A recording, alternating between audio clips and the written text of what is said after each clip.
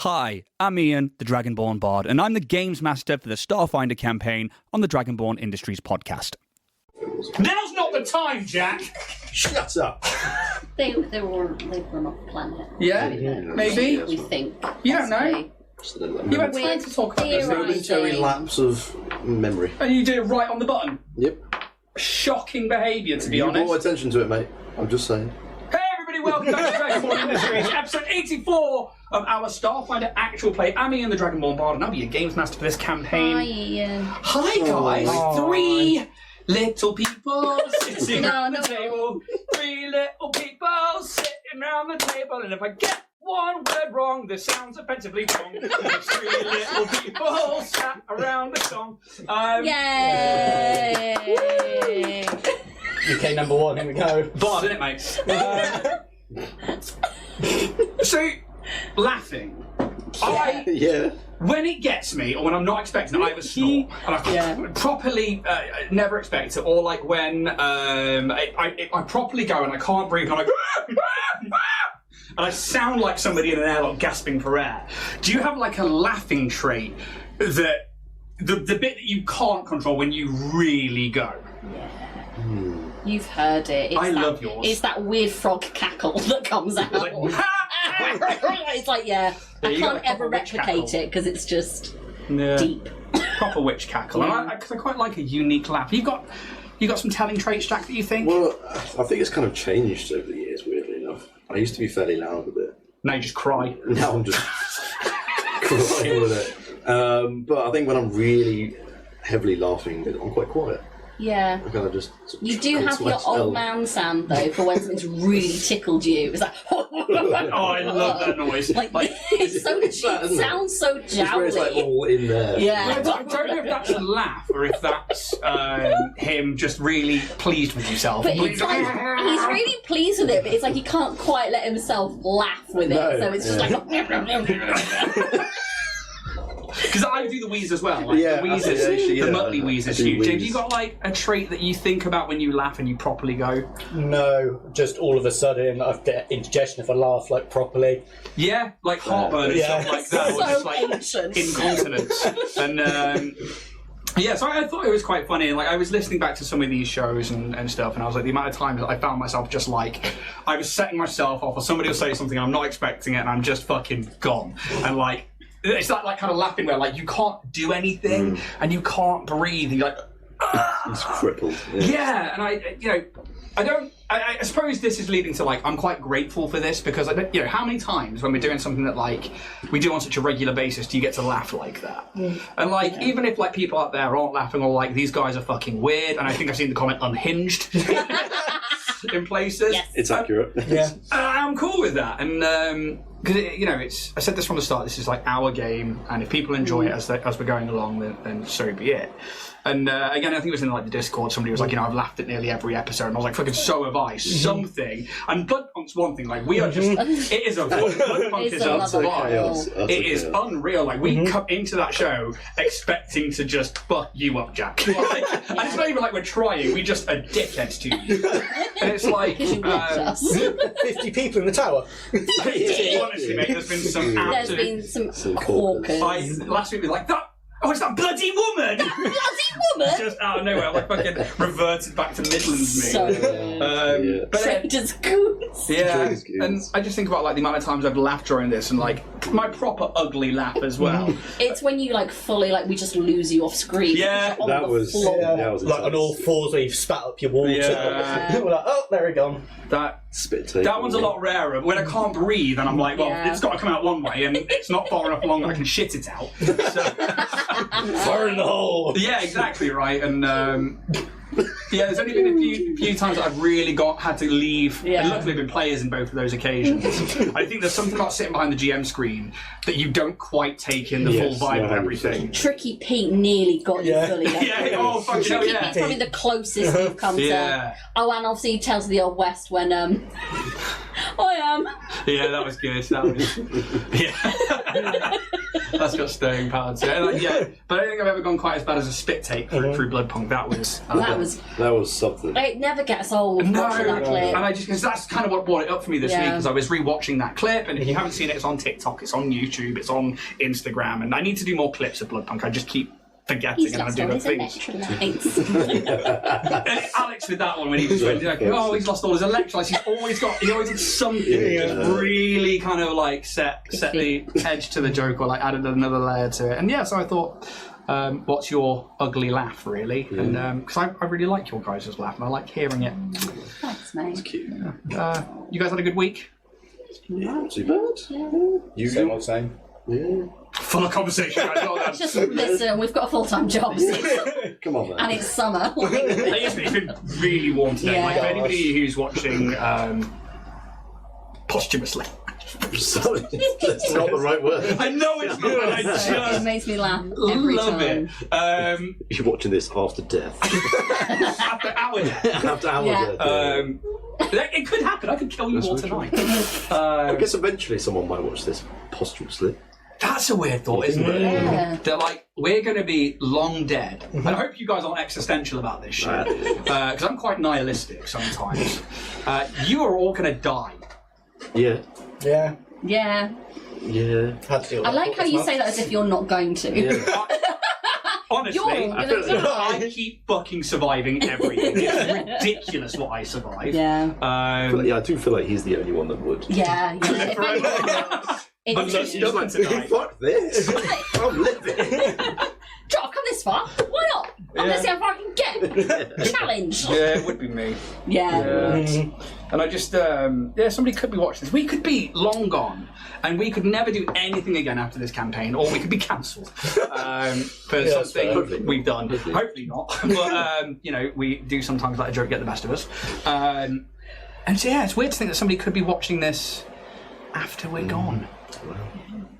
It's weird to think as well that could be in a week, or it could be in 20 years, it could be in 30 So if years. you are watching us posthumously, leave a comment, pour a little out for us, like and subscribe. Pour a little out for us.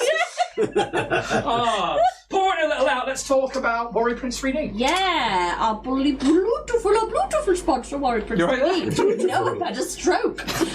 So this week,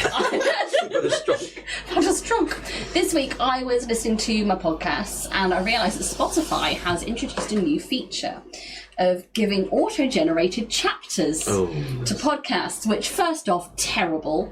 Second off, terrible. Third off, fucking funny. Yeah. So I went and had a look at our podcasts and had a look as if that had affected ours, and it has actually gone on to a lot of our episodes.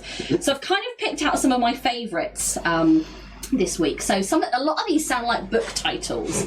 So some of my favourites are Behind the Scenes, Mike's Service Stations and Trago Mills. Tyler Jack sex. That's got to be during the back section. Yeah. Garlic, Man's True Pinnacle and Zenith. I stand by it. Even if somebody came into the Discord and said, actually, bears will dig it up and eat it for the delicious food, I was like, nah.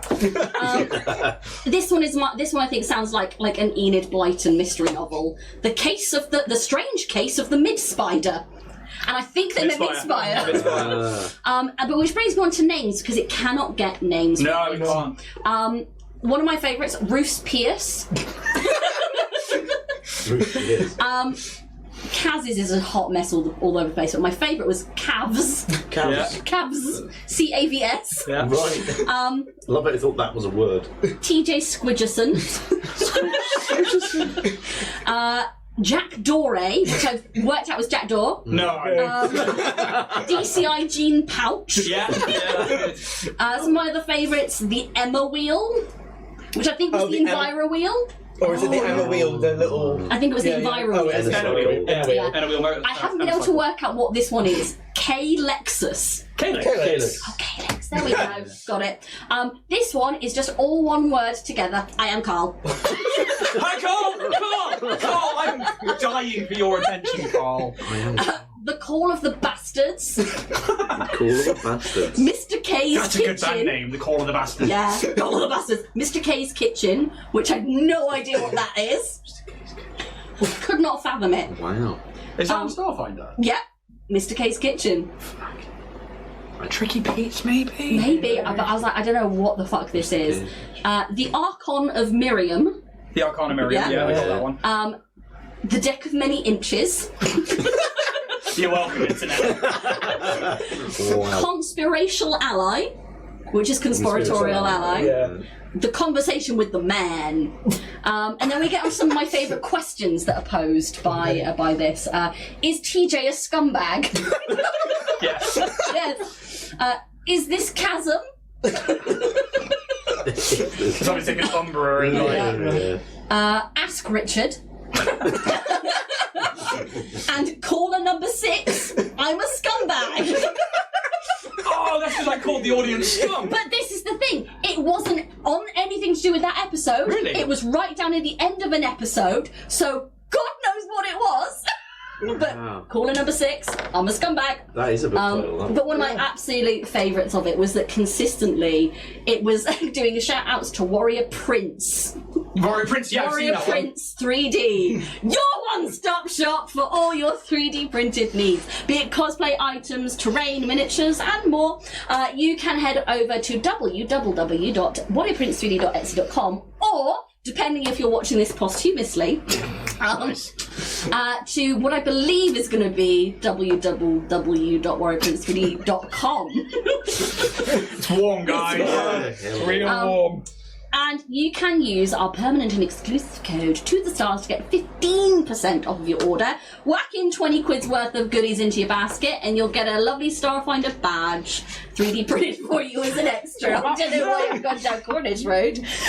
But yeah, go support Richard. We love him. He's fabulous. Also check out his Instagram at RoyalPrince3D and see some of the extra warrior goodies that he has highlighted at the moment. Because there are some really cool figurines in larger sizes that you can get your grubby little hands on. Do it. Do it. Number 6, I'm a scumbag. Oh, that got me. I was like, oh shit, I need to move the camera just in case. Thank you very much, Steph. Thank you very much to Warrior Prince 3D, your one-stop shop for all your 3D printing needs. While you're out there spending money, do you know you can also save money at rollandplaypress.com, and we have the code Dragonborn10 you can use at checkout to get 10% off your amazing toolkits or one-shot wonders or map libraries. It doesn't apply to your postage or shipping, but it does get you that lovely 10% off your books. That code again is Dragonborn10 at rollandplaypress.com. I'm going to throw over to Jack, who's going to talk about some merch. If you would like to support us in a bit more financial fashion, then you may go to dragonbornindustries.com to buy some Dynatech flasks or t-shirts from both the Starfinder and Bloodpunk campaigns. And there are some dice from the lovely Dragonborn bard Ian over here, who has Such a big fan. Nice. Who has handcrafted these dice all on his lonesome and really put the hard work into it. So He's out here day after day, curled over his little resin pots, making sure them bubbles in there, making sure the dice are balanced and rolling. Oh, please, sir. Button off my jeans. So if you want something physical and also support us, please go to dragonbornindustries.com to purchase merch there. Thank you. Thank you. Thank you. Thank you. It's going to be a weird vibe today. I'm going to let you, if you're all watching this posthumously, I'm going to let you know now. It's a weird vibe. It's so warm in here. It's unreal. And that's why the fan is on. And we're also checking new sound levels on Syrinscape. So we're going to be using Syrinscape for the first time tonight. We have been invited by them to use their program as part of our campaign to help bring some ambiance to the campaign. So we are going to be including them in tonight's show and some shows moving forward to see how they get on with it. And yeah, please go check out Syrinscape.com, who do amazing soundscapes and music for so many different games, not just Starfinder, like if you're playing D&D, if you're playing Starfinder, Cyberpunk, they have like libraries of the stuff. And not only that, like design the campaigns within those. So if you're playing through the new Mystery and Murder City Starfinder, they've got a sound set for everything in there. So like right the way from the word go, you can just stick that on in the background and like time your campaign with the music and the soundscapes, which is really cool. I, obviously being extra, had to go in and do all my own shit because homebrew campaign, I was like, that's not quite right for me. And spent the past 3 months putting it off because I've had the access to it for a while and just trying to get it incorporated. I was waiting for a new story arc to start, and I finally kind of the past few days got around to doing it. So Obviously, if you're watching live, please do let us know if the levels are up, down, all over the place, just because we are going to be learning as we go on this one. Hopefully the mic should still cut through everything else, but, you know, thank you to Syrinscape, and thank you to anybody who lets us know, especially mods. Otherwise, I'm going to throw over to James, who's going to talk to us about Twitch Prime. Yeah, so if you're here hanging out, watching us live on Twitch or catching up on Twitch, don't forget you can support us by using your free Twitch Prime sub. It's free if you already have Amazon Prime. It helps us grow. You do need to subscribe every month and still doesn't work on app, so you do have to go onto your browser of choice. Bing. Don't you dare. No. No, never.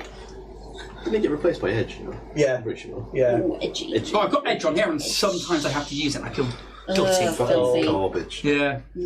But other than that, if you go over onto YouTube, you can hit that join button, like, subscribe, it helps us grow. You can also become a YouTube member where you get exclusive perks and directly support us as well. While you're at it, we've also got a Discord community where you can come together as fans, have a chat, share ideas, connect, make sure you can join in. I'm sure it's linked in some one of our all of our bios. Also, Yeah. if you're on Twitch, go to our About. You can go to there to join our Discord, to see all of our other social medias, and to also donate if you so wish to. But one of the best ways that you can help us grow for absolutely free is leaving us a review on wherever you get your podcasts. It only takes a minute, ton of help just to get the word and us out there, so more people can tune into the Dragonborn shows, not just us, Bloodpunk as well. Whether it's on Twitch, YouTube, Discord, or any of your reviews, there's plenty of ways you can help and support us at Dragonborn Industries. Thank you very much, James. Anything from Gals and Pals? Gals and Pals is going to be celebrating its first year anniversary on the 26th of September. You can find us on Twitch at Gals and Pals, where we will be live streaming our first episode of Midnight Towers, An Unexpected Wedding Invitation, which is our Fantasy Regency campaign. It's about 4 episodes long, but we are going to be doing a Halloween special as well for it. I'm really proud of it. I think we've made something quite special.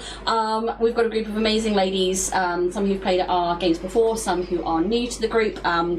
But yeah, it's really exciting. Come check out our work, see what we do, and this will also be the start of Gals and Pals Online, where we will be starting to offer some games via Start Playing as well. So more details to follow. Come follow us. If you're a scammer sliding into our Discord, get stuffed, because we're not about that. That's what you get from our Discord. But yeah, come join the Discord, chat to the gals, get to know us, and yeah, come see what we do. And what I will also do is I will get Steph to send me across the links to all of those now, and I will put them into the descriptions of our YouTube videos moving forward, which is something I should have been doing for some time now. Oh yes, that old chestnut. Yes, and I have not been doing it, and I feel like I have been failing our friends and work colleagues. Posthumously failing them. No, I will make sure that goes into the description below so you guys can go follow. Please do go send them the love. They're doing something incredible, and having seen what they're doing behind the scenes, but also what they're doing here in the local area, please go check out Gals and Pals over on Twitch. Yeah, because Gals and Pals apparently sends you to some really weird places. Well, depends on what you like. I was fine with it, but you know. You just need ID to get in now. Yeah. Or Death Stranding. Norman readers. Oh, because people are using like it's like Face ID. Yeah. I was like, I didn't get that for a minute. I was like, I could see you trying to work it out. Like, what? I don't know what's happening. If it's not digging through a skip for porn, I'm not interested. This is where you decided to watch the first tune in, watch the other episode. Watch last week's episode. Yeah. To work out what Nah, Ian's going on about. just go with it. Go with the flow. Go with it. So there's no intro to tonight's episode. The fuck is this? We're going to jump straight into handing out hero points. Ooh. Hero points from dungeon tokens. Obviously, for you guys here, I put them on a lovely piece of leather thonging so that you can wear them, and I also know which ones are getting thrown in without me having to ask every single time. Once more, hero points can only be spent on your own D20 rolls. You cannot spend them on other people's, unlike cred sticks, which you can spend on any D20 roll to reforce a roll. I'm wearing too many necklaces now, and I don't care. I don't care. Oh, something like that. Hopefully, Syrinscape will then kick in. With not much time to say goodbye or take in the scale of the destruction caused to the city of Kedel, Orion's hope rushes to Skydock to try and find the Novablade, the abandoned ship of Zek and Zara, and the only lead they have for the possible whereabouts of the Architect after the successful escape from Keydell. During this time, TJ sends off relative information to the Stewards about their main lead to Professor Nimbus Dine having escaped, and with this, the Stewards seem to decide that they will need an operative with the team from now on to be able to verify information, evidence, and also act upon the new arrest warrant for Professor Nimbus Dine, CEO of the galactic conglomerate Dynatech Industries. Our crew find the Novablade in the third ring, where the sleek ship is left in a semi-powered down state, ready for its departure at a moment's notice. However, it is at this crossroad in our crew's journey that two members of the Orion's Hope realise that their journey with the crew can continue no further. That was well timed. With Wiley, their adopted goblin son, showing traits of Solarian powers and the information that Lynch has found the lead Sylph has been searching for to find the lost city of Alluvion, both Roose Pit and Sylph of the First World decide it is time to take the next steps on their own and depart from Skydock back to Absalom Station, taking the Novablade. We come in now on a new room, the heart of an office, a circular chamber with wall-mounted holodisplays tracking incoming ships, flagged cargo and security alerts, maps of Skydock and nearby space routes flicker constantly, also the holomap of the planet, and beacons and devices that detect ships coming and going all over the planet. This room is likely always busy, but never chaotic. Efficiency is expected here. The camera moves through and into an office with glass walls that overlooks this central area. And inside we see a human female with a crisp uniform, streaked black and silver hair pulled into a regulation bun, a cybernetic left eye. They're not wearing armour, but the garb of the Stewards here. A button-up jacket of blues and purples with yellow and orange left for the shoulder pad, with a black Stewards badge printed onto it. Simple, tactical trousers of the same colour and hard-wearing boots. She clearly commands a level of authority. But here, in her office, among the chaos of blinking data pads and screens rotating through various alerts and mission reports, is clearly an understaffed and on-edge commander. On the other side of the desk, we see another individual. Siobhan. Could you come to the table, please? Hello. Sorry. Hello. Surprise, surprise. I've been here the whole time. Hello. Hello, welcome. I was going to say welcome to you. Welcome to the show, Ian. I'm going to start by handing you a hero point. Oh, thanks. I've done This nothing. is essentially an inspiration token for you. If it's not used by the end of the session, it disappears. It will replenish each session. This will allow you to re-roll any one of your D20 rolls. You do have to take the new result. There are also cred sticks that can be earned. These are ones that are not on string, that look the same. These can be spent on anybody's D20 roll. So if you're like, I don't like that their attack missed, or one of my attacks did hit, or a crit, or maybe when somebody else is failing or getting through with a check or something, you can spend a cred stick to force a reroll, and they must take the new result. As we see this commander poring over a data pad, they look up. What do we see? I was putting my badge on. You see a femme-presenting android sat. They have light purple skin, and you can kind of see in places where her clothing isn't covering it, it's kind of like there's patches of metal that have not massively slick, like kind of patchwork, but she's got kind of really light, almost transparent hair that kind of, in the light, kind of moves between pinks and blues and purples, quite like an oil slick kind of vibe. What else is she wearing? Nothing. Yeah, she's got these like really deep purple eyes that kind of like flash with like kind of lights, almost like starry, and she's got kind of lights underneath her skin, fake skin, like kind of freckles over, like hanging away.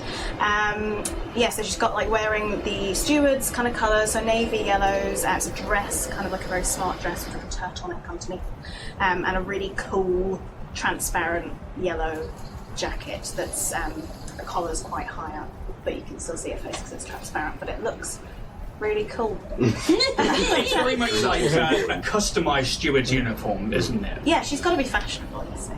And I think the difference here is that the woman behind the desk, whose voice is starting to sound disgruntled and raised, is in a very official commander's uniform. What do you mean you're not my reinforcements? As they look at a data pad. A bastion willing to ignore our needs and also rub it in at the same time. So what, you're here now just to wait for some Starfinders to come and off you go again? Seems a little pointless to have you here. Why not just meet them at their ship or whatever, rather than being under my feet? What am I supposed to do, but babysit you now? Isn't it enough with these damn Darthesians? Sorry for the inconvenience. I'll just wait here quietly in the corner if that's all you want from me. Well, I kind of want to know what you want from me. Like, I'm up to here in this diplomatic situation. I've asked for reinforcements. We have people just getting down to the planet, and we are so understaffed at the moment. And then somebody turns up new. You're not even for me. Why send you here? Oh. And you can see she is like stressed beyond belief. Right? Yeah, that's real this week. Okay, it's fine. And so, like, she takes a moment and at least, like, if there's the odd job that needs doing while you wait for these Starfinders, this Orion's Hope, and she like looks at like the data pad. The Darthesian dynasty has sent a diplomat here to meet with Redshift Revolution. Redshift Revolution officials about buying race ships for their planet's entry into the Drift Ward Rally. A race between the star systems and planet within the Drift Ward Concord. A political alliance of planets and systems, not unlike our own Pact. There are a series of planets and systems past the Gellid Edge, and you would know that the Gellid Edge is like the outermost of the Pact World solar system, and further away than the Vestgarian. She kind of like drops the data pad onto the desk and stands up. Word is the Darthesians have recently wanted to try a new line of ships, as they have been slowly going down in the rankings for the past few years. This led them to look outside of the Driftwood Concord and found the Pact Worlds, but more specifically, Redshift Revolution. A Starfinder expedition who found themselves in Concord space happened to be there around the same time as the aforementioned Drift Ward Rally, and happened to mention about the Absalom Run. This led to the Darthesians coming to look with intent to buy. Now, this could not only be a fantastic opportunity for Redshift Revolution, but also to the Pact Worlds. Making alliances and ensuring the Pact is not at risk is kind of our job. It's fallen on us to be party to these purchases, but also to try and find more common ground between ourselves and the Darthesians, and hope to possibly bring alignment between the Driftwood Concord and the Pact Worlds. Diplomat Selith Var will be arriving back here shortly before we embark out to Redshift, which is a pain in the ass because we've already been told by Command to do everything we can to facilitate their needs. And their needs have been becoming more and more affluent and ridiculous. We are short-staffed enough as it is, which is why I'm disappointed that you are not here to back us up, let alone to play host to a being whose demands keep getting more lavish and beyond belief. You can make me a culture check. So you get to roll a d20, and under your skill list there is going to be a culture. Let me get my dice out, right. Come on, get your dice out. Sorry, give me a second. I've tied a very, very good knot. Right, culture you say? Yes, please. Culture. Whatever you roll here is going to set a precedent for how you roll for the rest of this campaign. Right. Here comes the nat one. Or 9. 16. Okay. Character dice, because you got characters. So do I add, is it the plus 15? Welcome to Paizo. Well, yeah. So, I can't do maths. To Paizo Park. 31. Thank you. I was like, help! Jack was excited because he's now about to watch somebody realise how big Paizo numbers can get. Yeah. And for you, Siobhan, Yeah. yes, there are going to be some skill checks that you make that are going to be in the 40s, close to 50s. I think the biggest we've had so far is a 51, maybe. I think that was all the like help. Yeah, and like there are going to be checks that you can make to aid other people to give them like a +2 to the roll, and you can like stack those up. Big numbers coming out. That for me. So, a few things come into mind. The Absalom Run. This is a race. This is something that's run from Absalom Station, and many people and many different companies take part in the Absalom Run. Yeah. It is Redshift Revolution. They are a ship-making manufacturer. They are based here on Verces, the planet that Skydock, this space station, is in geosynchronial. It's a word that I've used many times, and I've now forgotten how it works. Geosyncratic orbit of this planet, and along with some other designers and businesses here, they're one of the main ones. However, there are other companies like Dynatech Industries, like Abaddon Corp, like Black Star. These are all companies who make vessels to be piloted through this race, and it's huge. It's known throughout the Pact Worlds. Even the Bestiarium, the home to the best, this big warlike lizard race, even take part in this particular event. So to hear that Starfinders have gone out exploring, happened across this Driftward Concord, this other political alignment of planets, it's not unlikely, and the fact that these guys have their own race is clearly why they're here. Darthesian, you've not really heard that before, probably because they're brand new and you're more from Absalom, but it would make sense if they were going to send a diplomat.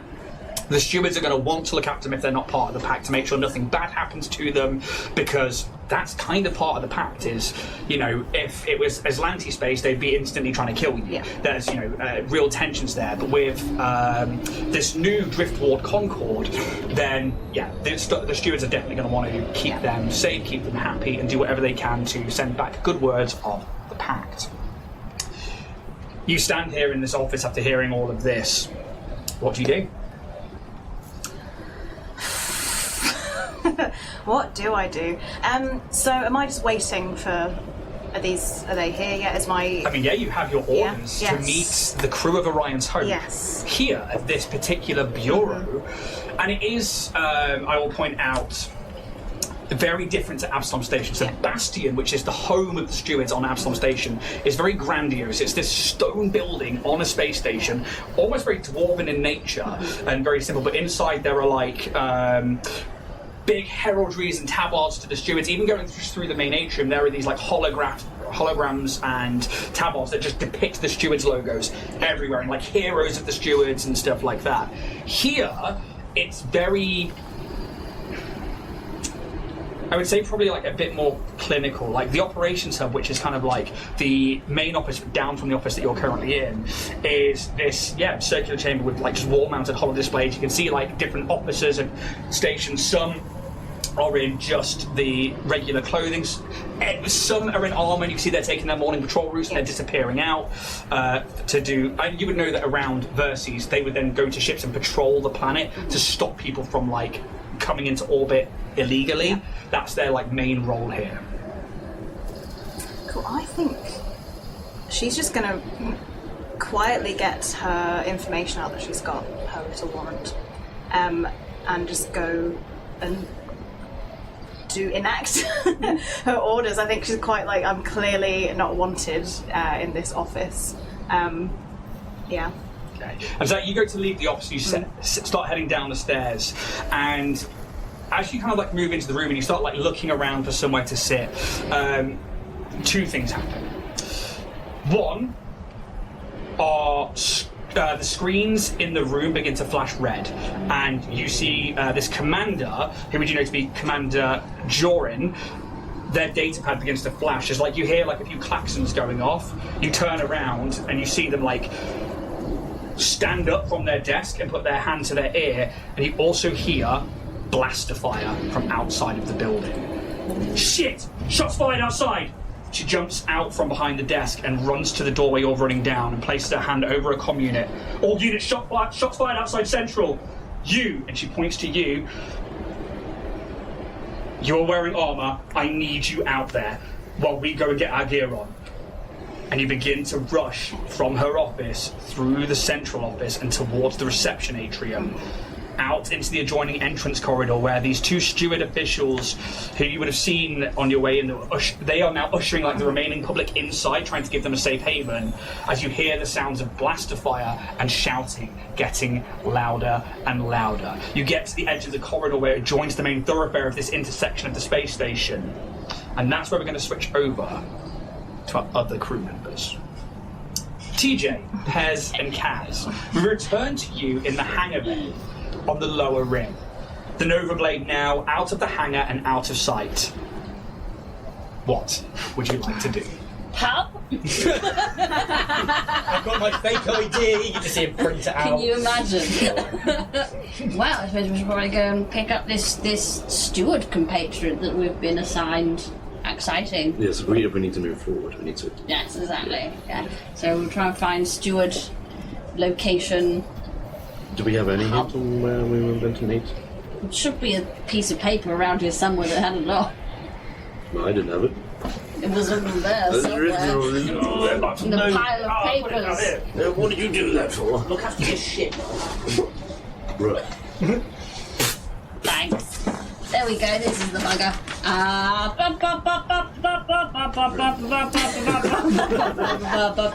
Reading.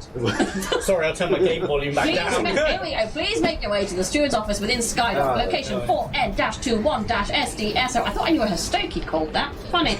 I was in that Hostoki. It's Linda's. It's Linda's. Boiled to my wife. Which so we can plug that into the GPS and. I'm sure we can ask on the little bots. Oh, the little bots. Is the little bot still about? No, that thing flopped off as soon as it took you. We've probably all got like Spruggle maps. I put it into the spat nav ready to go. If you don't have a blueprint of the station, you could either find like another one, or you could try and download it from the infosphere. It's probably not that hard to do. I mean, I've got have direct you got any access. computers? Plus 21. You're fine. The DC would be 20. You are absolutely fine. You can easily download a blueprint of the station, and like it's you are here. And it shows you like a little green flashing dot, and you can see that the steward's office or the bureau here is actually in the mid ring, so the second ring, and these like 3 rings all kind of like turn at different speeds, and they have all these spokes that come off them. And you know that not only the rings, but all the individual spokes as well are huge corridors and thoroughfares that have buildings inside them. And although, again, not as big as Absalom Station, it is still densely packed in here. But you can easily see where this, this Bureau of Investigation is. It'll probably take you about half an hour to get there. Is there anything you'd like to do on the way? Is there a little like vending machine or like food stand along the way? Yeah, there sure is. I'd like to buy each of my crew members like a candy floss, something like that.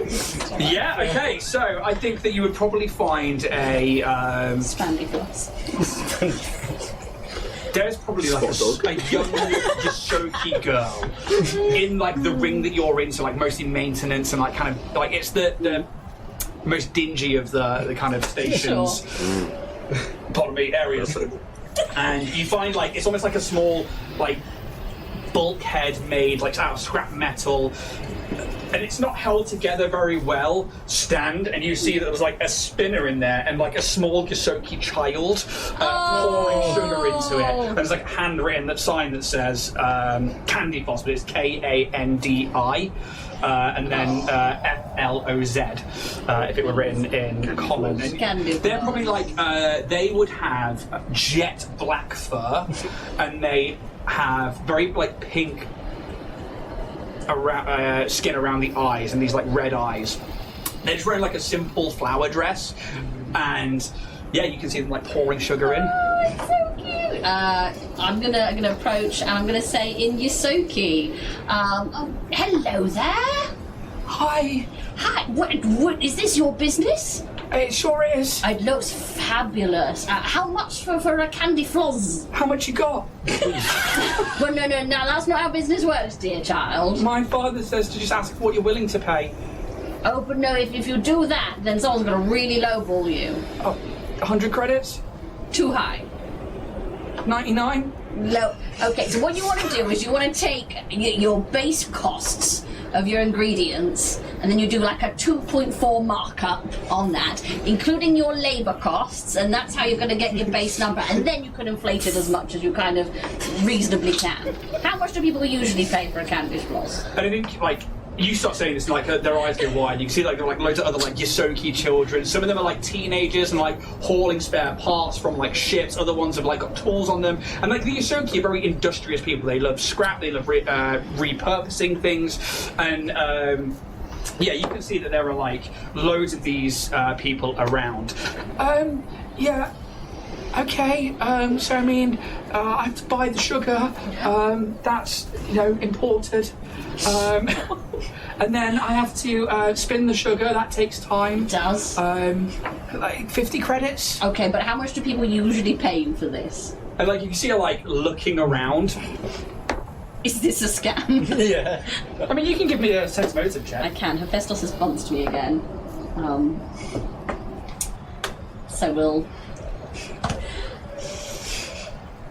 Rough ballpark. I think my sense motive is like a plus 14. So... Oh, here we go. There we go. See how wrong. No, I'm bang on. Fuck yeah. I want to get my expertise to that. So. Fuck you, ship over. So the batteries are run out in the Millennium Falcon over there. That's what that was. Me and Jack 21. You just hear like a Yosoki like working on like something. 21, yeah? Yeah. Everybody else give me a perception check apart from Siobhan. Oh no, I'm not there. Oh, brilliant. 26. 26. 25. Oh, well, I can do a perception. Yeah. Right. Sorry. 25. 29. Could somebody roll me a d10, please? Oh. Yeah, right. 3. 3. Okay. So, the conversation continues, and this girl's like, okay, if you want 3 of them, then 10 creds for all 3. Sounds great. As you are handing over the 10 creds, 2 Yosokis are in TJ's pockets as they're like going by and they're trying to steal shit from them. I rolled a nat 20 on mine. I didn't have a modifier for their sleight of hand, which is what I got you to roll me the d10 for.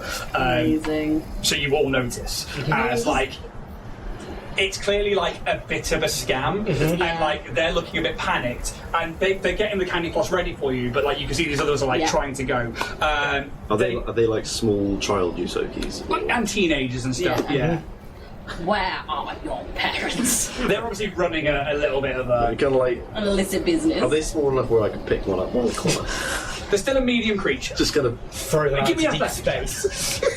auto claw. Open. See his head go. It's like a jigsaw trap. 24. Jesus. Right. You want to play a game? Yeah, I think that Both hands when I need to. Just absolutely. I think you definitely grab one. As drop it. what's something small that TJ would have in their pockets from your character sheet? Let me have a look. Choose the most dangerous thing. Probably, actually, yeah. I've got a medical inhaler. I've got some day skin neurotoxin. Fuck's sake, don't say that. Right, you said it. Sorry. What was the first thing? The first thing was Medical inhaler. Medical inhaler. Right, cool. So first thing that's going to happen is there's the 2 of them. I'm going to roll a d20 twice. Whichever one gets the highest is the one that's about to get away. So, and then I'll roll odds and evens for which item they just nabbed. So the first one that you grab. Yeah. Well, actually, no, let's find out. So the first one is probably a teenager. They've got like a pencil-thin, wispy bit of fur just on top of their snout. They roll a natural 20. The other one, Get them out now. which is a they're like a salt and pepper mottled, but like kind of like cow print, brown and white. 15. You grab that one. Okay. Is there like? They just drop the odds is Dave Skin, even is medical inhaler. Roll me a d4. Oh no. Disastrous. 1. So odds is the medical inhaler. Yeah. They drop the medical inhaler as the other one just bucks it with this like serum in hand. Can you mark the Dave Skin off your character sheet, please? Well, And you that's say, like, going run! to bad. And this other one's just like, sorry, mister. Like, we're starving down here, you know. Bear. Yeah, you do it like gently though. I mean, G-Sam Bearer. Oh yeah. Right, what's Bear's running speed? 45 feet. Yeah, so they're going to catch up. As an attack dog, basically drone, just starts charging them down. I'll give them a perception check. So 15. They fucking toss the Dave skin. Does Bear carry on? I think Bear would just kind of not Get the skin. Yeah, get the date skin, just kind of try to catch it. The dog drone catches it in their jaw and starts trotting back all happy as like this Yusoki in your arms is like, sorry mister, like we're stopping down here, like you can't blame us for trying. No, it's... I totally get it. Let's just de-escalate. Have you tried any other method other than stealing? Well, You've got a very nice candy floss Yeah, system you here. could I make mean, legitimate money with yes. this. But how many people actually buy this shit down here? You're the first customers in weeks. can you not, Okay, that's location. can you not move? Yeah, this is the bad location for it. But like this is where we live. This is like You need more you know, foot traffic through. we get you know? kicked out of the upper rings. We're just Okay, do you need a business license for the upper rings? I think you just need money. How much? 1,000 credits. How much really? How much really? 10,000 credits. You can look it up. I put up the infosphere data. How much, Pez? Yeah, I mean, you know. Yeah. Yeah, you know, a couple hundred credits will see them like with like rent on a property and stuff like that. But I mean, they are children. Let's not. Where are your parents? Dead. I feel that. Do you know what? Okay. Pez adopts 40 Yosoki. Do you know what? Gang kids? crime. I'm gonna listen. I respect the hustle. Thanks. They see the I'll girl is like, Can I try the candy floss? yeah, How is it? it's all right. It's all right. Okay. Not great. Needs better sugar. Yeah. Okay. It's just plain as well. There's like it's just white. There's like So- no flavour, no colour. It's just spun processed sugar. So you need to get yourselves some actual flavourings, and then this could be halfway decent. You are going to be starting small, but the Hostoki Foundation. What's a Hostoki? I'm a Hostoki. Hello. She's like us but weird. Yeah, no, that's exactly what it is. Where's your tail? Oh, it's in my pants. It's just a little. Keep it in there, It was like, TJ. did somebody chop it off? Do you know what? They nearly did. But the Hostoki, so the Hostoki are actually part Yosoki. We have the same glands. Are you from Akaton as well? We are from Absalom, Oh, the big shiny place. yeah. But we're not actually, you know, we're a little bit like you guys at the moment. We're finding it hard to sort of find a home, and the Hostoki Foundation is all about helping those in need. So I give them 200 credits on the promise that you start a legitimate business. This is my number. Like, has anyone got a data pad? I assume one of them's nicked a data pad from somewhere. Yeah. Drop it. I think it would be probably her, and because she's like the middle contact there. What's your name? There it is. I'm Limp. Liv. Hello, my name's TJ. Hi, TJ. Right, so this is my number. This is my Abstagram account. What I would like you to do, Limp, is give me regular updates about how the business is going. I will do check-ins with you quarterly to see how things are going, and we'll give business advice and see that you're on your way. If you need more funds, that's something that we can discuss. But if you misuse these funds and use them for illicit means, and I'll point at like Bear and Pez, I will set this monster on you. Are you guys from here? Are you? We've never seen you before. No, well, we're from all over the place. We're Passing through. You don't have a home either. exactly. So hard relate, kids. People call me monsters too. Just looks at them. Why are you hanging out with a goblin?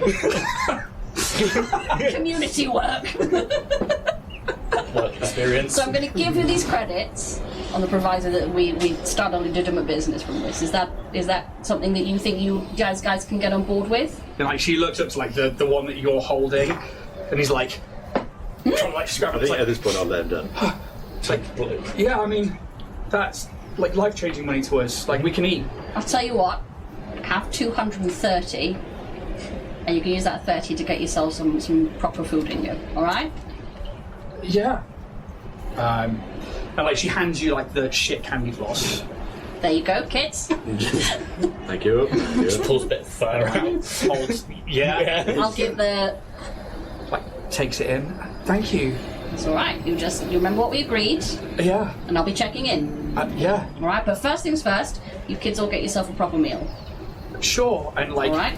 he's just like, oh, come on, Twitch, and like Limp and Twitch. Twitch! And there is a third one. he's fucking gone though. What was your friend's name? Dave. No. Their name would be Pip. Yeah, Pip. I like that. That's a cute name. That was Pip. Why can't I do that when I'm fucking in that chair? When I'm in that chair, everything goes out the head. Yeah, it does, Yeah. right. Yeah, that was Pip. We'll make sure he gets fed as well. Brilliant. Good. All right, you take care of each other. Okay. All right, and you work on that business model. All right. Yeah, and they like start like moving away from like the cart, like this ramshackle.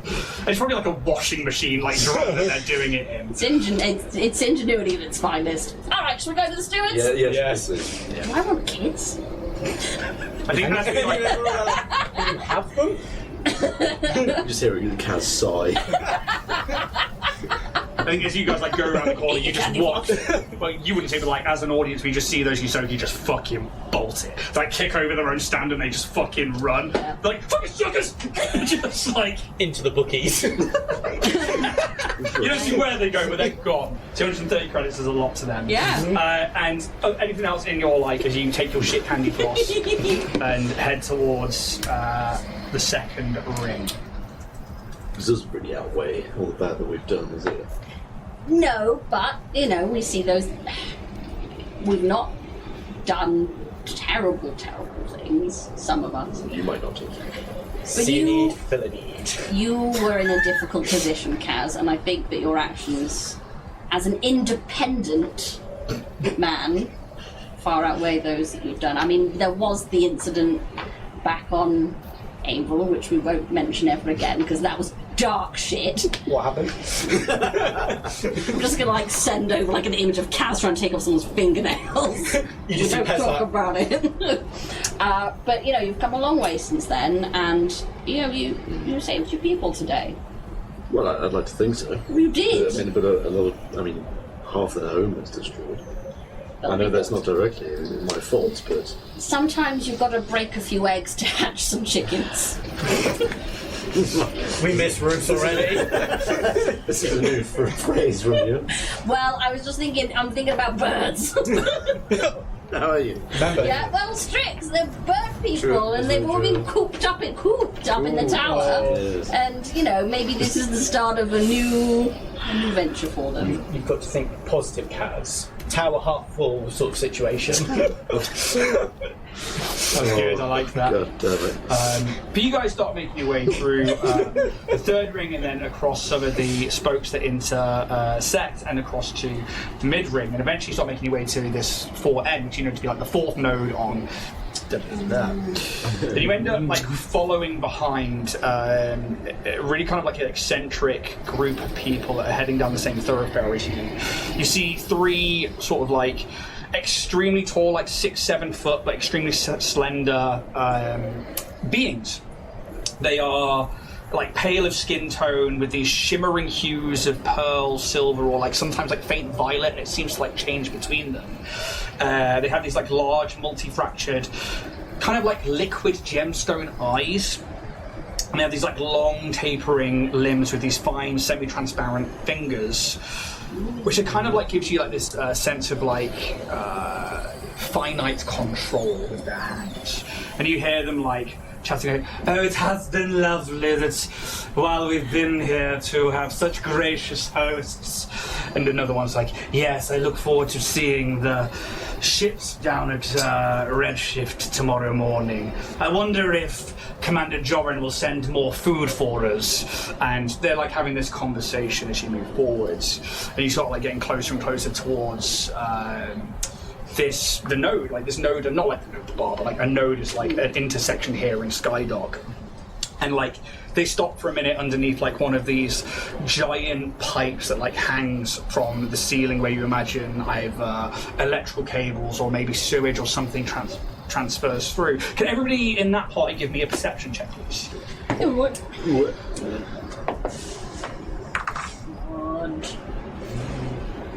29. 32. 16. Okay, so I think it's for Kaz and for TJ. you're like following along behind, maybe like enjoying like the last of this candy plus throwing away the stick, doing whatever it is that you litterers do, and in the cheeks. just straight in there, can't throw anything away. Kaz just hoys it at another child, and Get that. there's like a glow, like a dull red glow in like one of like the joins of the pipe, and you watch as a kind of like liquid begins to like pull from it above you, and it's almost like the pipe itself, like plates on it, are shifting with it. And it just, at one point, it just gets to the length where it looks like it's going to snap, and then the bit that's like a joint to it just drops with it and lands on the floor and begins to like form up with like this plates over this like red ooze. And at the same time, you watch, and you've got a Red Star plasma rifle, haven't you? Or had one at least. Yes. Cool. Yeah, You see a Red Star plasma rifle like come to the surface of this ooze, along with another weapon, and laser bolts just start. And you watch as like this ooze seems to have like plating and stuff on it, and as these blasters start going off, one of these individuals in front of you just takes a shot through the center of the head and just falls back. I need you all to roll initiative for me, please. Am I rolling initiative? You are Yes, indeed. yay. Now I get one. Joining in. I literally have just finished out my storyline, and I get the only natural time. The horse is back, baby. Fuck's sake. Take it. Oh, they I pretty rolled dice. like shit. Got a happy piranha. At the Piranha, your one-stop shop for all geeky news. A map. Whoa, dude. Cameras! Cameras. Cameras. Cameras. I'll excite. That's Orion. Oh, I got something over there! I need to turn it around, I put it round the wrong way, and I'll come round there and I'll sort it out. Oh no! Oh yes. Ooh, I'm gonna bring this over here. I out of you up in these trying times. I say. Thank you very much.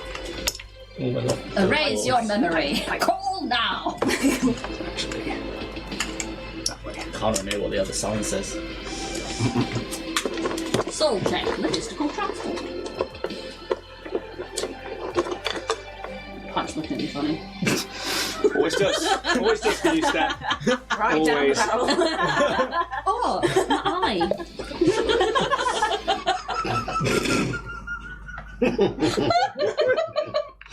What's that I do? I like being able to see you properly. It's really nice.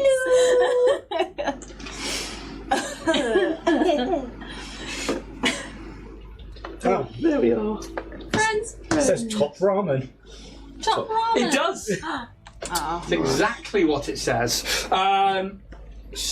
Ramen. Robots in disguise. I know there's a grid on the map. Just for Siobhan, we tend to use this. This is your measuring ruler, Yes. rather than the grid on the map, Yeah. because sometimes I have maps without grids. This works in the sense that you put your base into, so like that, you've got 5, 10, 15, 20, 25, 30. So it works as simple as that. So don't trust the grid, trust the ruler Don't as trust the grid, such. trust the rule. Now, two things happen here. You guys watch as this being just drops down, weapons just start like launching off it, and one of these three beings just hits the ground. I will say that. Grab some others. Who are you? Let's be on either side of this being. For yourself, I'm not going to say your name just yet. As you come towards the edge of this corridor, you hear people screaming, and you hear the blastify go off. People in the area that maybe are near some of the kiosks or something just start scattering and running as these two other individuals are like, "Oh no! What is it?" We must protect these people at all Is that costs. those two next to the thing? Yes. Oh, I love it. I need. Oh, So, no. initiative, Pez. 26. Fuck you. Kaz. 23.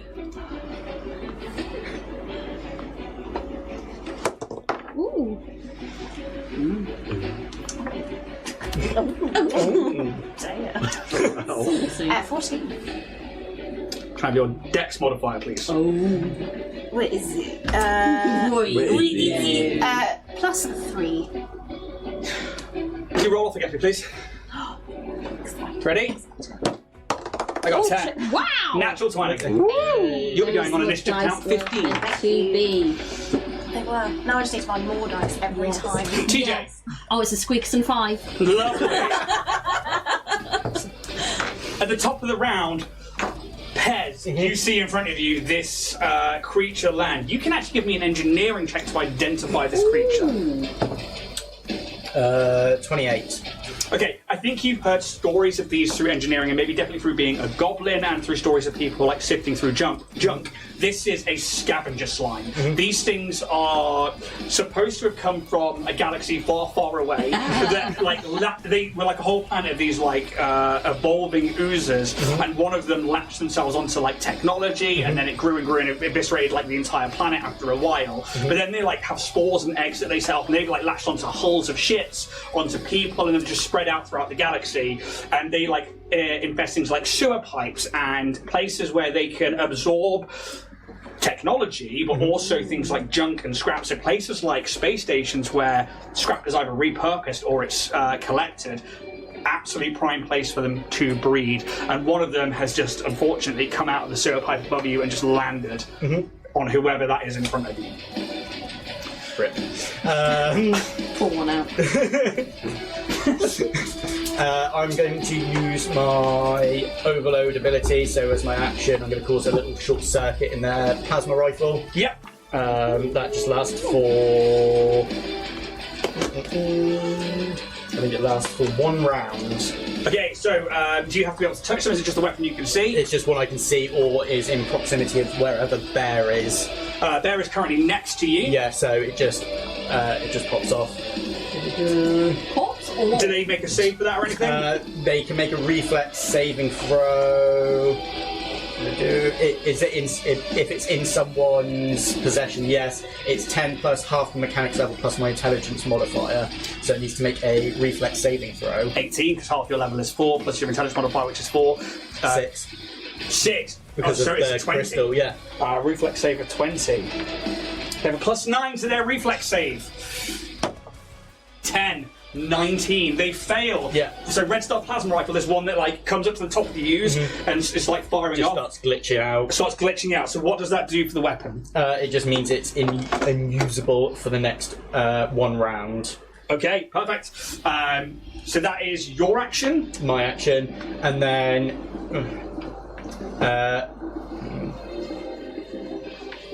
there is no. I'm going to try and use Bear's unarmed strike to see if she can almost like rip the other one out of its grasp, I guess. Okay, so yeah. that'd be an unarmed strike. Yeah, sure. So I think that is going to be... Oh no, disarm is actually a combat maneuver. Yeah. So let's have a look at disarm.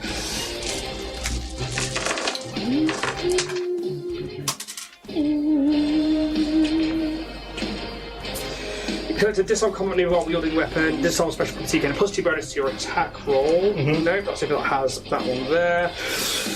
Quick look, 'cause we never come across disarm. No. So you just make the normal combat maneuver check. So it's KAC +8. Yeah. So yeah. So it'll be with your base attack and your strength modifier for there. So that's +9. So, so Bear's got Bab of 7 and Strength +2. Okay, yeah, it's +9. And it's against KAC +8. So I got a nat 20. Now this is where we haven't come across this rule before with crits. Yeah.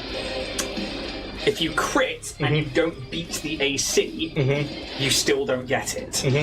You would get a normal hit on them, but this you're going for a disarm. Yeah. The KAC is 24 +8 would make that a 32. Jesus. Combat maneuvers are hard to yeah, get off yeah, in this yeah. game. Bear goes I to think too. latch on. Yeah. Just Why would you use those? I actually have to agree with you. Yeah. There's one or two that you can get if you're like a soldier or if you're an operative, but that's it. It's really hard to do. You get cool shit for it, but it's actually getting it off is like it's almost not worth it. Yeah. Unfortunately, Bear grabs on, but it moves in such a weird, viscous way that it almost like pulls Bear in, and Bear has to let go before Bear pulled into the ooze. And I think being a piece of technology and this being a scavenger slime, it knows how it's that's going to operate. dangerous. Yeah, with that would be my go. Okay, so next up is going to be Kaz. As you watch Bear like lunge forward and try and grab this other weapon, you see maybe like the first red star glitch. The other one is actually it's an artillery laser. And that is this, is it? That whole thing there that's glowing is the scavenger slime. You just never get a break, do we? no. And I'll, as a swift action, using an allied surge, create my blade. Yeah. And then with my move action, I'm going to move up to it. Okie doke. Exactly, I only need to do 5 foot Yeah. because of extensive reach. Yep.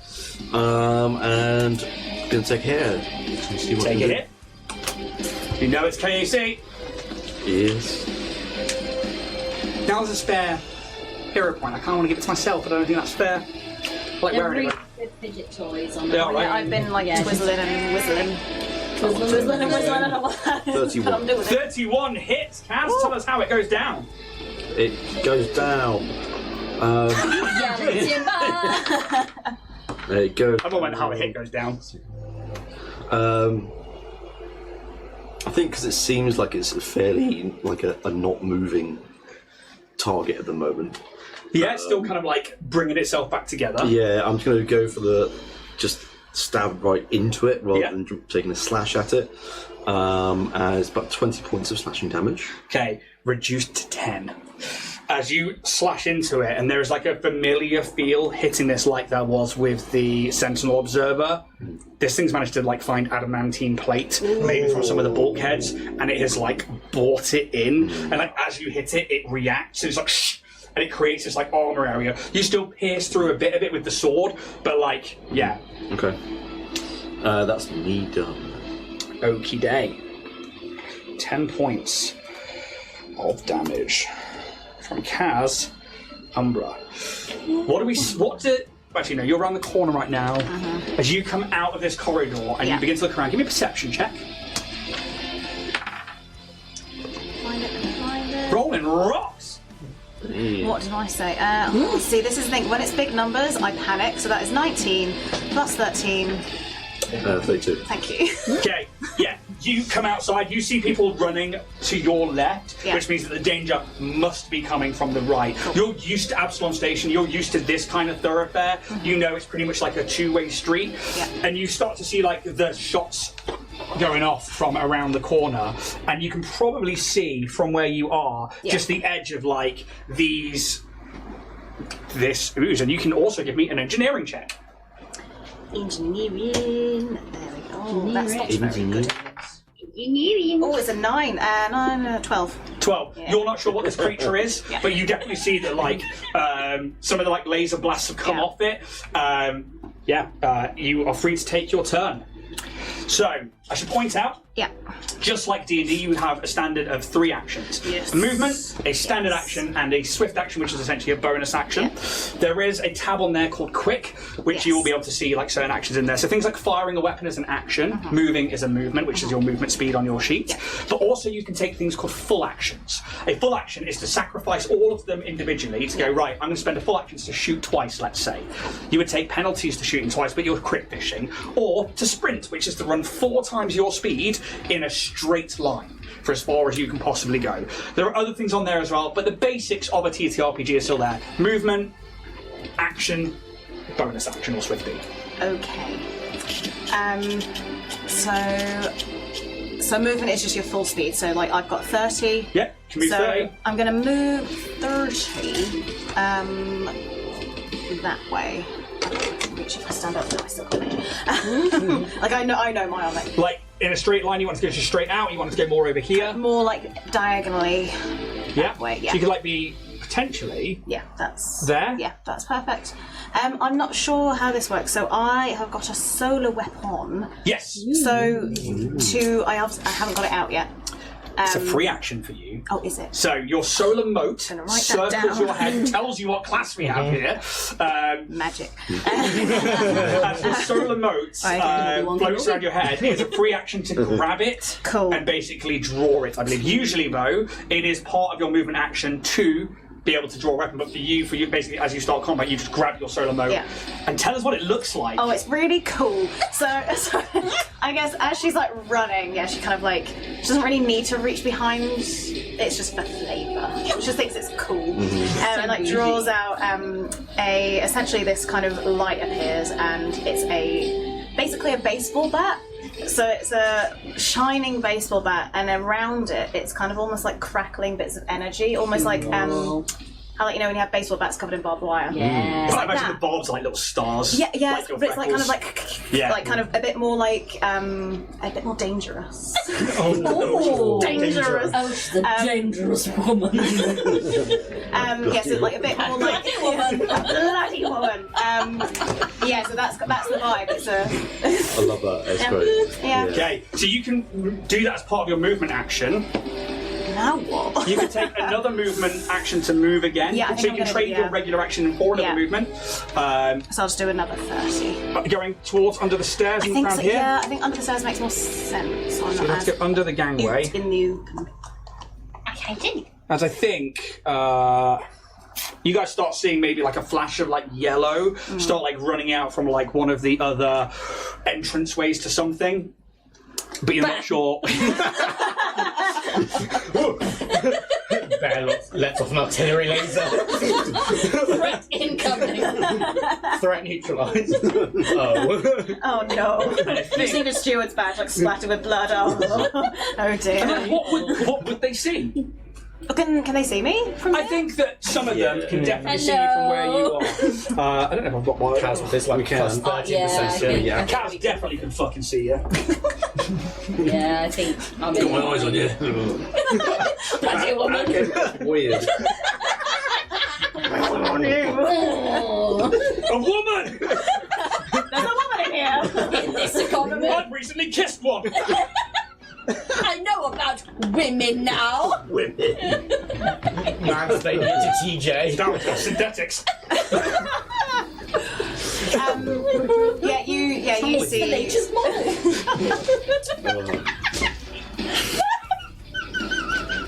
We're off. We're off. Great start. Where's my laser line? Where's my laser line?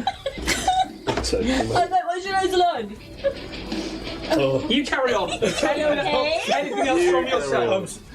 No, I'm just ready to move some more. Okay, so next up is the scavenger slime, as this thing has targets around it. many targets, actually. Yeah, you watch as like a pseudopod of this like red glowing slime just like lashes out towards the closest individual, because you kept yourself at distance, which is on their right. They're going to roll. It's a 9 on the dice for a total of 27, which is going to hit. Oof. So that's 18.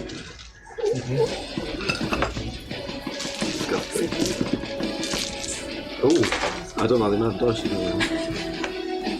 It's alright, I'm just trying to find certain ones. It's 2d10.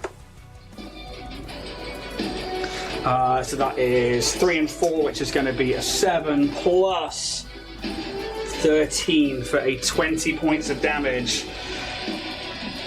That person goes prone. Oh no. As they're not armoured, they're not wearing anything apart from these like gossamer-like clothes, which kind of matches their like hewing skin. As this pseudopod comes out and just like latches onto their face and just slams their body into the ground, and you hear like an audible crunch, and the pseudopod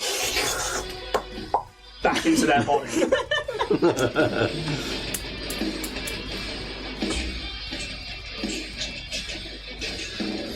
checking. You only get the one attack, unfortunately. Oh, They're not very fast. They are slimes. Right? I'm like, just give me a multi-attack, give me a multi-attack! There's no multi-attack. Not fine.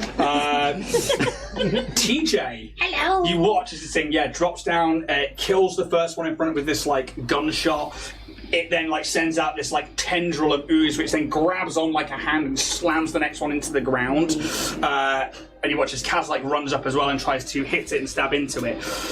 You are up. Would this, everything that's happening here, lead me to believe that this is something that has sentience and therefore would be open to mind-altering effects?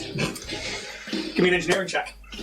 Oh no, I'm not good at engineering. It's 14. You don't know. In for a penny! I'm going to, as a standard action, try and use Dispiriting Taunt. DC is equal to 10 plus opponent's total Intimidate skill bonus, or 15 plus 1.5 their CR, whichever is greater. As I'm going to say, I've met bacteria wang scarier than you! 15 plus 1.5 their CR, yeah? Yeah. So they don't have a sense motive. The CR is 9, so that is going to be 1.5, which is 9, so plus 4, which is going to be 13. Okay. So 15 plus 13 for a total of 28. So I've got to beat a 28 on my Intimidate. See how much math went into Jack's head there. I can just see it like. He loves it. Don't you worry about the math. If anything comes up with like a CR of like this and it's like a load of numbers, just say it out loud, we're on it. Oh, I will. 29. 29. Yeah? Yep. I mean, So, it should work. if it works, it is shaken until the end of my next turn. no. Let me remind myself what shaken does. Like a wobbly jelly. Shaken. Make a trifle out of that. So I believe it's a -2 penalty Catchy. to attack rolls and something else. Where is it? Shaken, not stirred. Sorry. -2 penalty to attack rolls, saving throws, skill checks, and ability checks whilst they have the shaken condition. That's a disparaging point, yeah? Dispiriting Taunt. Dispiriting point. Can you just read everything out for me? As a standard action, you can taunt an enemy within 60 feet. Attempt an intimidate check with the same DC as a check to demoralise that enemy, though this isn't a check to demoralise, so you can't use abilities that would apply to a demoralisation attempt like the Racking Presence Expertise talent. If you fail, that enemy is off target until the end of your next turn. If you succeed, the enemy is instead shaken until the end of your next turn. This is an emotion and a fear effect. It doesn't say anything about an intelligence score, does it? No. No. So, that's in your favour, because ooze immunities. So this is again something that comes up is that certain classifications like Yes. beast monsters, they all have their own immunities. So Yeah. we've come across this recently with constructs where they're not bothered by mind affecting stuff. Same with undead. No point, they don't have a mind, all their mind affects Yeah, stuff. I've been really useful lately. Oozers Yeah. are immune to the following effects, unless the effect specifies that it works against oozers. Critical hits, paralysis, poison, polymorph, sleep and stun, gaze abilities, illusions, visual effects, and other attacks that rely on sight. Attacks. Flanking. Oozers are unflankable. Fucking hell. That's it. Yes! Your Hey. taunt goes off. Boom. So it's going to take a -2 to its ACs, yeah? Yeah, -2 to it's to Nice. it's -2 to I'm gonna have it. Attack rolls, saving throws, skill checks, ability checks. Okay, so it's a -2 Bane essentially. And then I'm gonna, as my movement action, call out to my friends and allies, and I'm going to say, "Alright guys, it's time to have oozles of fun." And I get them. I'll give you the extra +1 on that one. That was Yay. good. That is a +2 for your get 'em. You don't have the improved get 'em, do you? No, because I was like, I don't like it. Amazing. Anything else from yourself? That's everything from TJ Squidgerson. Okay, at the top of round 2. The other being here sees two of its friends basically getting killed in one hit and is like, Bitch, and run. just starts to run. That's good. The ooze will take an attack of Bad opportunity. ooze. I mean, it's going to hit it. There's a 9 on the die, so it's the same as it was before. I'm going to roll. -2. Good point. Still plus 18 to hit. It's going to hit. 2d10. No. As it runs, it grabs them by like their waist, like no. Oh my And they are just like sucked inside the ooze. But you watch as like the plating comes together, and part of their like back skin is like ripped off as they are like sucked inside. And you just watch as like the red like undulates as it starts to mix. Nasty way to go. Yeah, they're dead. Back skin. They're only wearing like gossamer threads and robes, and it just tears through them. Oh my god, like hitting like playground concrete. Oh, 100%. But it's more like a peeler, and the skin's just like. Alrighty then. Pairs top of the round. They haven't used their reaction though, so it is up to you. Got a +2. Yes. You just see out of the armor this little like bracer starts like appearing around, and you just kind of hear as the rockets kind of fire out. As my rocket bracer tactical. Okay. Tactical. So that's Tactical bastard. that's a 28 to hit. Hits. Sextic. Thank you very much, TJ, Not for the you. +2. Oh yeah, fine. Damn that. There's me saying that you're like, no. No. You don't get a +2. Not for Fuck off. pairs. That is 8, Tactical. and Is that not then enough? burning and fire. It's 8 burning and fire, yeah? Yes. Not only does none of that go through, you watch as like the explosion, like the concussive force into it, you watch it like ripple, but there's like adamantine plates come in and stop that damage from going through. But you watch as like the flame seems to somewhat be. It doesn't even react to it. It's just like on fire for a moment. It's not like the ooze isn't like moving away from it or anything. And I think you get the sense that maybe it's a bit resistant to fire damage. With that, Bear's going to try and bite into, I'm guessing, some form of its like armor. Yeah.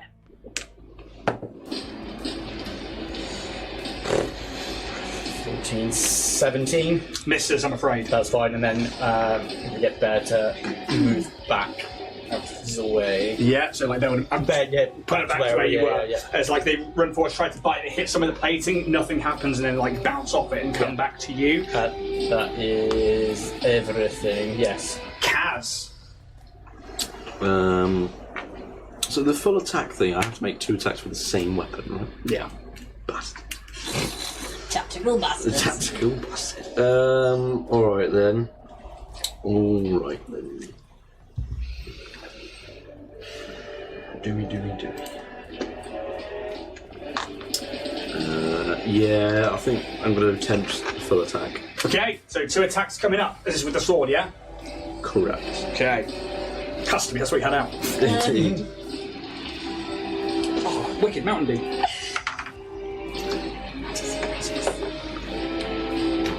Plus your 1. 2. So, 27 to hit. Hits. Is that with the multi-attack penalty? No, sorry, I didn't turn that to it's -4, isn't it? For that? Yeah. 27 with the 23. Misses, I'm afraid. Yeah. Fuck. Correct. Better, that's fine, that'll hit. 13, 2, -4, 28. Hits. Yay! Well, at least got 1, that's fine. 27 points of slashing damage. Ooh, okay, good. And 10 of that Isn't it? is negated. Okay. And how's it look as you like bring the sword in again? I think Kaz like spots another gap in the adamantine plating that it's got on it. Yeah. And it just chooses that moment to strike and just trying to pierce through the slime's abdomen. Yeah, and I think that definitely happens. And again, this plating moves like it's on water, and it just shifts across like it's floating. But you manage to get in there first and pierce some of the ooze, and you just see it like towards you and back again. Anything else from you? That's my full action. That's me. Is it water-based? Hello. What does that android friend do?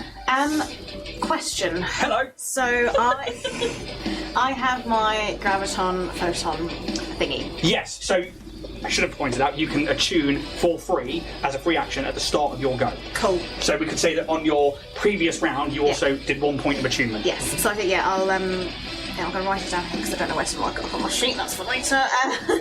Part 1, attunement. So I'm going to graviton attune. And how does that look around this individual? Like, does it have like an aura to it?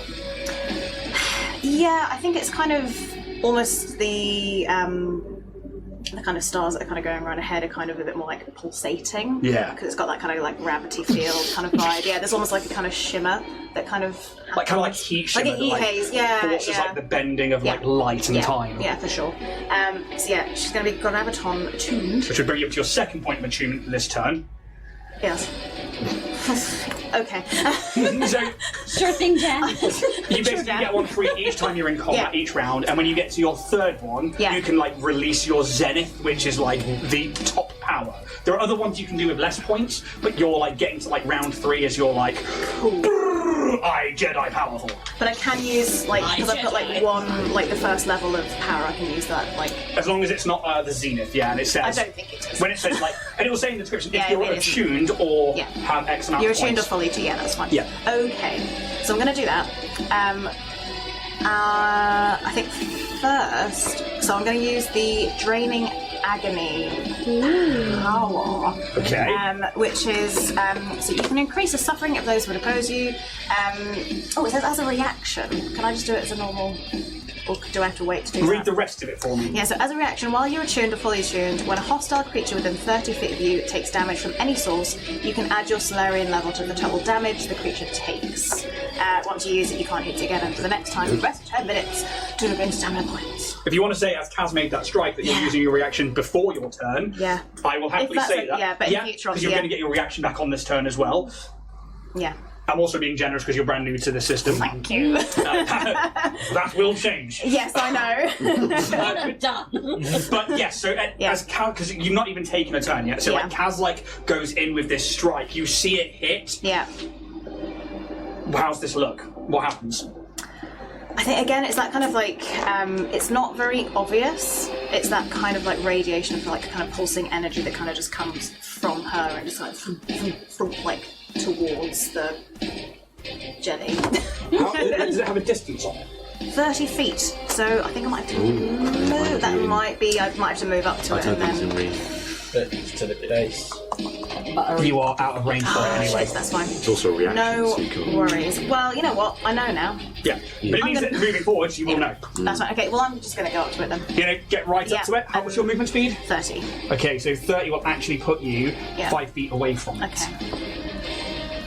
Is that a good place to be? It means you're not in melee. Yeah. Unless you've got reach. Give us a sec. Sorry. No, that's quite alright. You're new to the table, new to the system, there's no pressure. Yeah. If you don't get it right, though, we will ridicule you. Okay. In that case, sorry, can I do half one?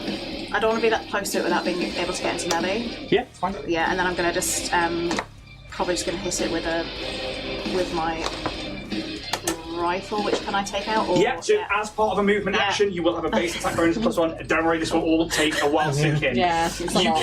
can bring up your weapon Yeah. as part of movement. I would say that, like, you know, that's not a problem. You can, like, throw the solo remote into the air and just be like, right, weapon out. Cool. I'm going to try and hit What's it. the weapon? It's a subduer rhyme. I'm gonna Nice. Little pistol. So that's a... Oh, you don't need to put the other one away then. You can literally like bring it up with the left hand then. Cool. Fab. Do math, Sean.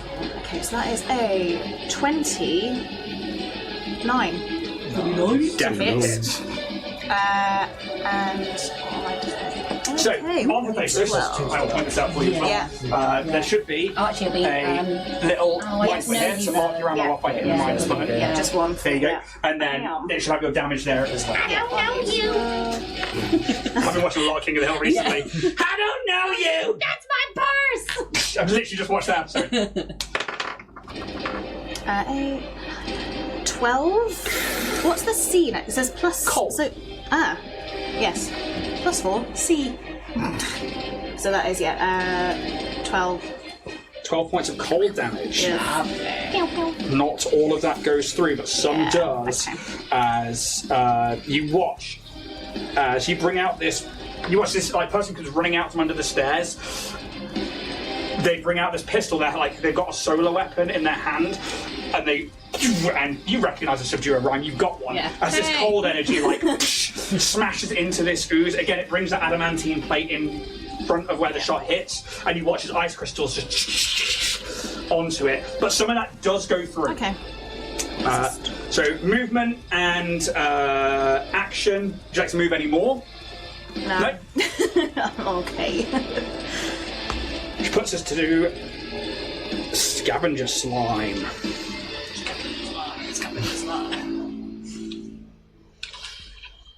Gives up.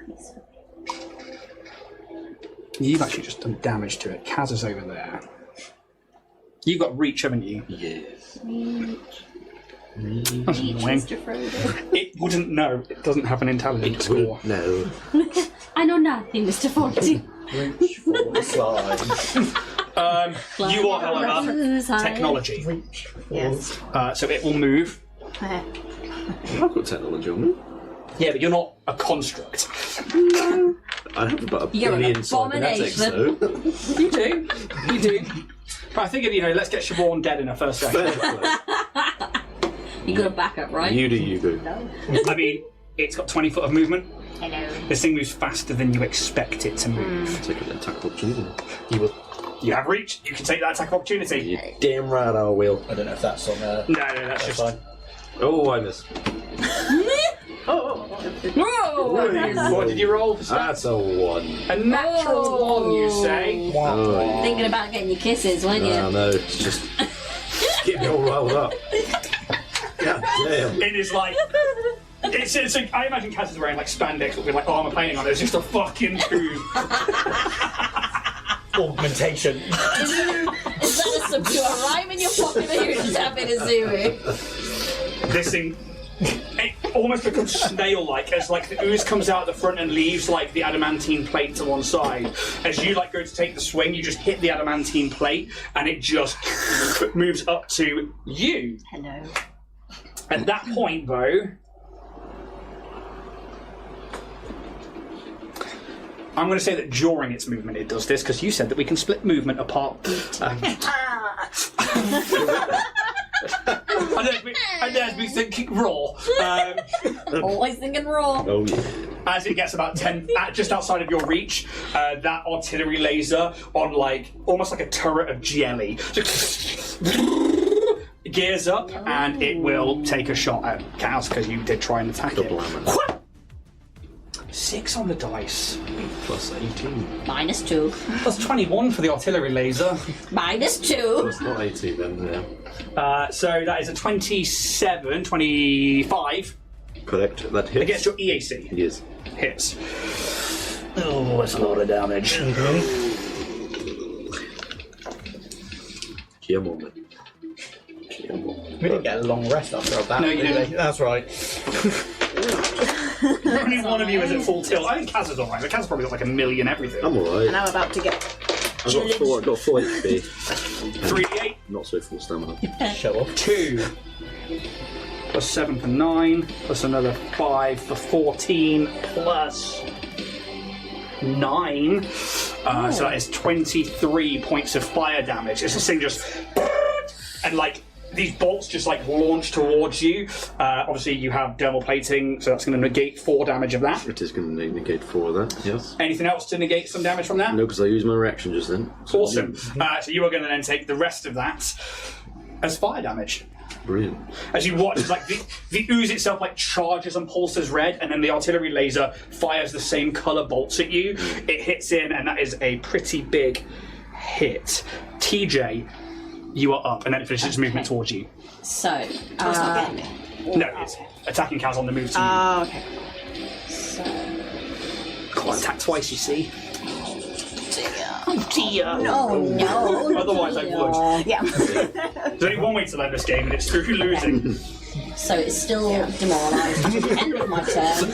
I'm going to combine my movement and my standard action together using my lovely microphone, and I'm going to sing into it for my get 'em attack combo.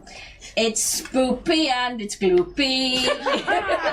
It's spoopy and it's droopy. It is a real boopy. The shitty slime. Da da da da. Fuck off! So that's going to be a get 'em. Yep. And then it's going to be my attack. 22. I'll give you the extra +1 because that was a good get 'em. 23. Against It's sonic damage, so EAC. EAC is 22. Yeah. It's So harder than it is against energy weapons. it's gonna be fucking shit. 6 points of sonic. So fuck all. Nothing goes through, I'm Yeah. afraid. And it's again, like, you hit into it, and those plates, which are still in place from where it's moved around from Kaz, it hits, and you watch the sonic wave go over it. You think that would normally do quite a bit of damage, Yeah. like make an ooze jiggle, but those plates... I want to see a jiggle. And fold. Can I do the reaction now or no? Yeah? So it's the +9 to that, would it be? Yeah. Yeah. Yeah. So 6 points, was it? 6, yeah. So +9, so it's another 4 off that one. So 5 points of, and it'll be graviton, yeah? So it's going to be yeah. force damage, I believe.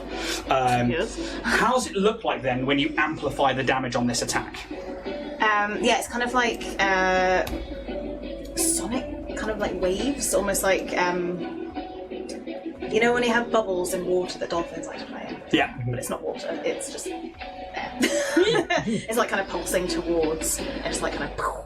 Okay, so that goes towards it, it then hits, and like, you see this ability connect with your shot, and then you just watch it into like the center of it as the gravity of that situation then like forces the damage, and it like punches through the plate a little bit, and you then watch that ooze like ripple through. Yes, jiggle bitch. Thank you, dear lady. It's not much, but it definitely helps. Top of the round, we're going to go to break. We'll see in about 10 minutes time. Yeah. I had the mic muted anyway. So like, teenage images of yourself. Yeah. I've laughed at yours a lot. Yeah. I've openly pointed and laughed at you. Have you seen mine? So do I. I knew very few. Yeah, there aren't that many of me, but there's a few. There's like, one of my favourite ones, which is cringeworthy, is I must have been 11. I just found Slipknot. Oh, yes. Oh wow. Slipknot. Slipknot. Slipknot. I found the Slipknot and became one of the maggots very early on. yeah. And like the whole rumours of like, oh, they throw up in the mess, and like huff dead crows and jars, and they fucking throw up in the mess, and they rub it on their face, and they no. Yes.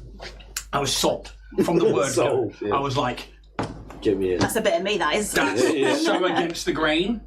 I'm going, and obviously it became very mainstream for kind of metal with Slipknot and stuff like that. But so there's a picture of me at 11 in an Iowa hoodie. It's like an overhead. I don't like wearing overhead hoodies, but I wore that one back then because I had Slipknot. And I've got like my untamed ginger hair and my like really pasty Scottish skin. Like I'm still chubby, so like my face is still quite round, and like I've still got my vampire fangs, and like there's me sat on like the fence at my grandma's house, like in like a pair of, I think it was like blue cargo trousers with a fucking fab. whopping That's so chain. cute. Oh yeah, the baggy. Yeah, I had a big Wallet old chain on my chain. trousers.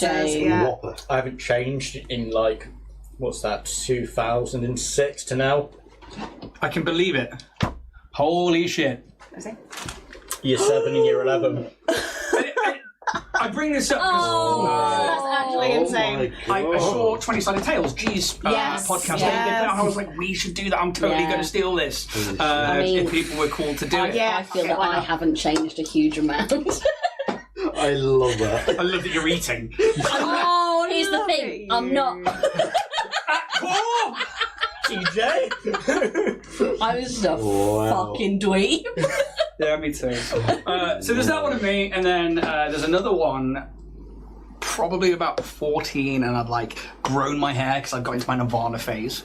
And it's me on my school photo, and it's like, but my hair is like, I've got a lovely side parting. My hair naturally curls into a kink down at the bottom here, and it's very straight and very thick. So there's me at like 14, just like smiling but not smiling for this photo. I look like I belong. You mean like the Weasley twins when they got long hair? Yeah. Kind of that kind of smugness.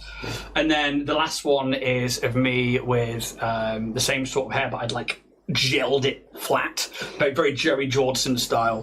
Love it. Yeah, so that's like some of mine. Obviously, your ones I've seen. Like, Yeah, because you really hit like the later emo years. This was didn't you? me pre-emo. Oh, Primo. I love how you still got a chain though. Oh, look at you! I know, right? Oh, He is the most adorable kid. And like for podcast listeners, don't worry, you can't see them on YouTube, but we'll put up some pictures at some point when we get it together. That was Go 2009. Yeah, mine. I've got a really embarrassing one, so it's just ones on. Oh my Facebook. god, I've got one of like the cardigan fishnets wide belt era. I think I was like 16. Oh wow! Holy shit! That's the earliest one that I look a bit. Okay. Oh, Wow. Siobhan! Awkward me. It's like, don't perceive me. The other one of me is doing the opposite where I'm like, perceive me, and I went to my grand's, and it was either like her 85th or her 80th or something. It was a big birthday, and family were coming from all over the country, and I was like, pink corduroys for a start. Okay. Yeah. Proper like janky hair that was like just naturally messy and I didn't do anything with because I didn't think about that. Then I had one of those flame t-shirts, the button-ups with the my God, flames around the yeah. sleeves and the base. Wow. Pink corduroys and that, and I turned up and everyone was just like in this proper like Derbyshire miners family. They were like, what's he wearing? I say. What's he wearing? Oh, honestly. They're wearing. I'll find the pictures and I'll put them online. What in the We're blue all ink is he actually going wearing? through all our like chocolate Yeah. apples now, aren't we? Yeah. That's like the next Yeah. image of me after emo. It's just So edgy. Oh, look. monochrome filter. You look like a Skins episode. Right. Oh, Yaz has got them. Moderators all over it. So there he is. Yes. What's he wearing? Look at that. Wow. Wow. I fucking went for it. Holy. That is a look. Do you remember when I disappeared out of depression and PTSD for a while? Oh my god. That's me. That's me in 2021. Wow. Like I'd lost so much weight. Yeah, I was yeah. like just ribs, and I was just like, I'm not eating anything. There's a lot of like older photos of me out there, and I will put them up of myself. I don't laugh at me. It's fucking hilarious. That's so obvious. That's Oh my you guys God. are a fucking skin sieve. Like honestly, like. Well, this is fuck when my friends me. were like, Siobhan, you need to wear makeup to be pretty, so they'd like put me in Yeah. makeup, and I wasn't really comfortable. Who's on the right? Who, these two? Yeah. My friend. Oh, let's not get into it. Friends who I haven't seen in like 15 years. Yeah. Wow. Not friends. Yeah, not yet. You got Jack's fringe. I know. That's yeah. where you got the inspo. But the editing on your photos was something Oh, else. it's just It over was the so top. good, and it was like Song lyrics and if I'd been a shit. few years younger, I'd have Yeah. fucking done it too. I 100% would have done it, and like just the because all mine are like teenage band shots of me like hair over the front of my face, like singing into a microphone with a bass not plugged in, and you know self done. Most of mine are in just weird costumes during theatre things. A lot of mine are too. There's one of me ice skating that not many people get to see. I think we should see. But because I was, as a kid, too much of a pussy to go in for ice hockey like Jack did. Jack played fucking I ice only did it hockey for a for little Milton Keynes. So when my mum was like, "Oh, do you want to do ice hockey and stuff like that?" I was like, "Oh man, I'm a weak little kid. What's my sister doing? Figure skating. I'll go and do that." So there's a picture of me in like sequins and stuff. Oh, or, I need to like, see this. Figure skating out and stuff. I competed and everything. Yeah, not to my sister's level. My sister was on Team GB for the TGP for the NHS. Practitioner. for the synchronized skating. That's why you can't get an appointment. They're all out on the ice. I want the Winter Olympics, but so I just thought when I saw G's podcast had done that, I was like, 20-sided tales. Go check them out. Yeah, you really should. They're lovely, lovely people, and they are fantastic storytellers. So please go. Yeah, and check them out. I think more podcasts should jump on that trend because I think that's really fun. And that's kind of what I was going for, realistically. Yaz has got one of me here as well, just all neckbeard from when. I think that's Michael. Whoa! Holy shit! Makes you look so different, man. Hello, Sasquatch. Right. It's how it's all like just, all my being is here on the neck, and then a little bit. Yeah, wow. It's just fucking awful. That's Benji, apparently. Is it that? Kid was watching live. I'm like, I don't think that shirt made it to Benji, did it? But, all right, there you go. Spain. There you go. But yeah, so there you go. That's different stages of me over the year, and then you got to see me egghead as well. Yeah. Me old again. Yeah. We should probably jump back into the rest. Sorry,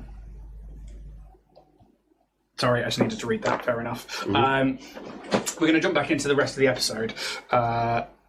Give me 2 seconds. Talk among yourselves.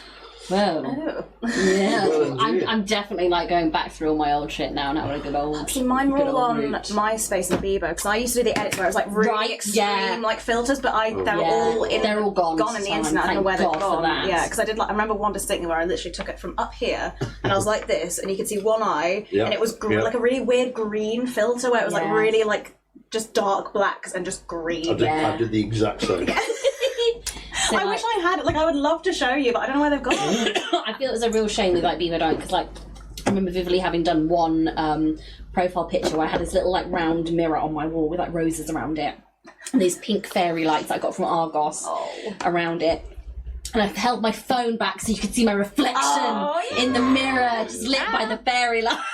But I brought a load of stuff home from the attic, and I've got loads of those CD towers, and they've got lots that's Siobhan's Pix 08 or so I'm like, I'm going to get a disk drive for this, and I'm just going to go through them and see. So It's that. That's such a mood. Which one of you listen to? Is that Oh, there it is. It's a little lipstick mark, a little kiss. Yeah, and it says yours on the bottom left. So Jack, you And were I was always putting on a getting your t-shirt because I had kisses. at the time I had some abs. At the time, I don't Some anymore. abs. It's all so many wine gums, mate. So many wine gums. It's them juicy. Yeah, and I thought, you just need to do that. Fucking what twat. Just teenagers think they know everything. They know fuck all. So, because my favourite one of you is the things I do for you. That was one of So one of my favourite things to do was to. I don't think I've seen this one. So one of my favourite things to do was to go to your social media profile and just go back to your very first picture and just like it, because I think there's nothing more hilarious than doing that. Because you're like, oh my god, how far back have you gone? And one of Jack's ones was him, emo years, in his black and white, so white t-shirt, black sleeves, banana curve belly, inwards, not outwards. Boy had abs back then. With his proper dyed black fringe, and then it just had him to one side, and then it had in the red things I do for you. Yeah.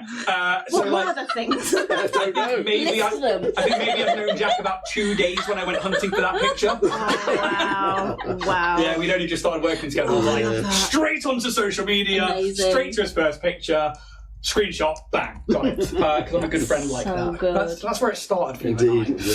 We are going to jump back into session. Yes. James has had to dip out, unfortunately, just for the time being. He might be back in for the session, we don't know yet. But we are going to carry on forwards. I'm going to turn on some music as we are back in combat as we come to the top of a new round. It would be Pez's go, and we watch as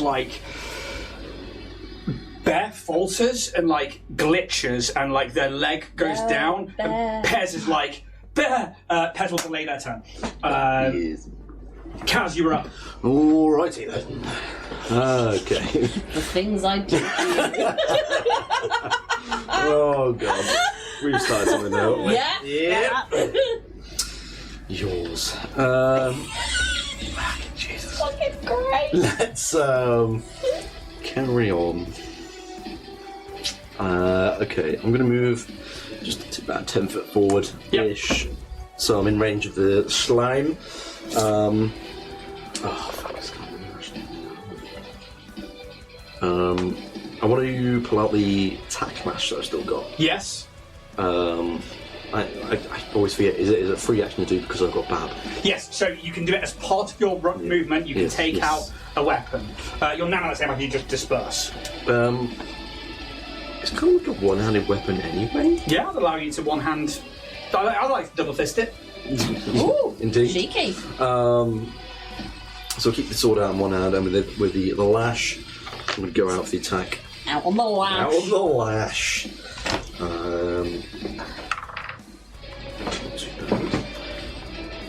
You all right, mate? Yeah.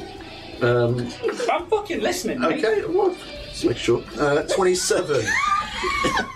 It's easy for the tank mash, but it's electric your one. Oh, I stood up too fast. Ooh. Yeah, like, woo! Yeah!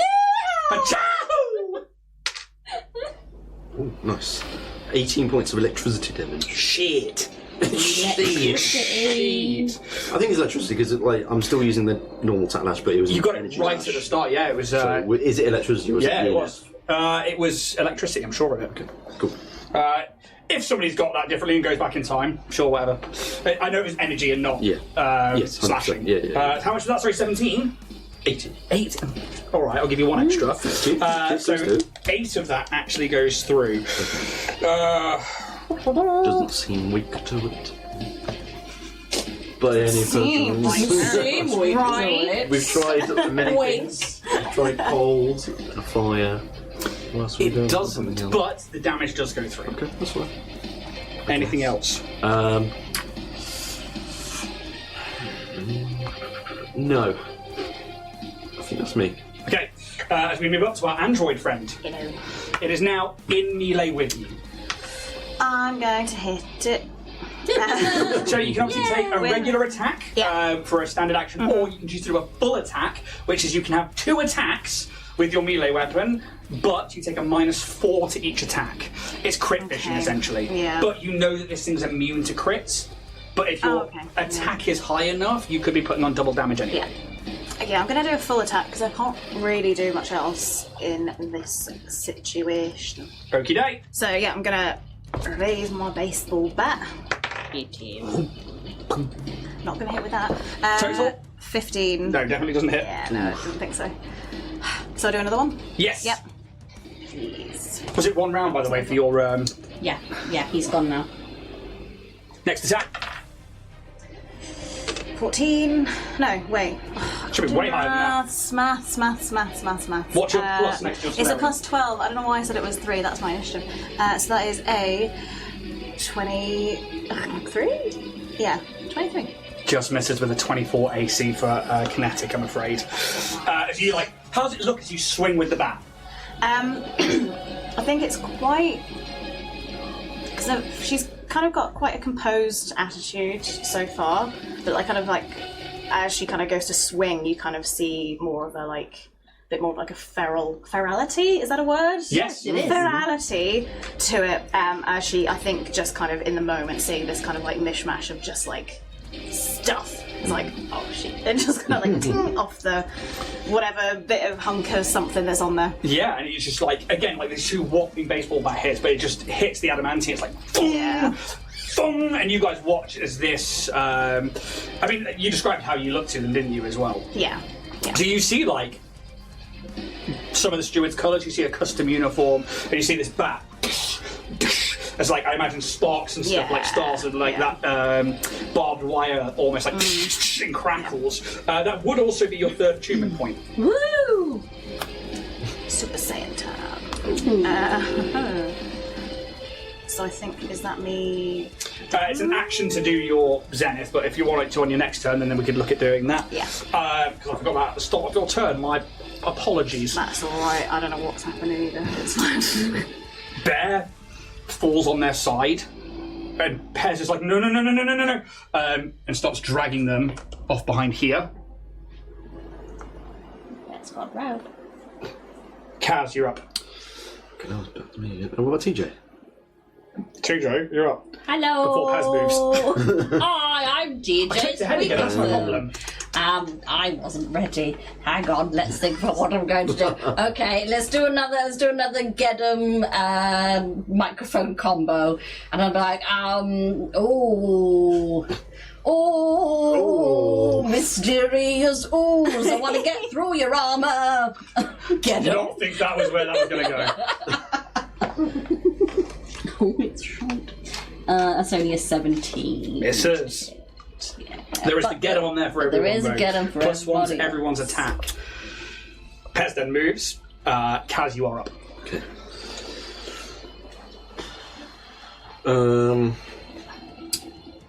I think seeing that the lash is no more effective, we'll just put that away and just go for the attacks with the sword anyway. Sorry, it's plus 1 or 2 if you'll get One. Cool. I'm going to go for a full attack, please. Okay.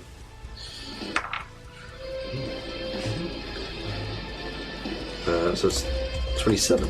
Hits. Okay. Daniel. Nice.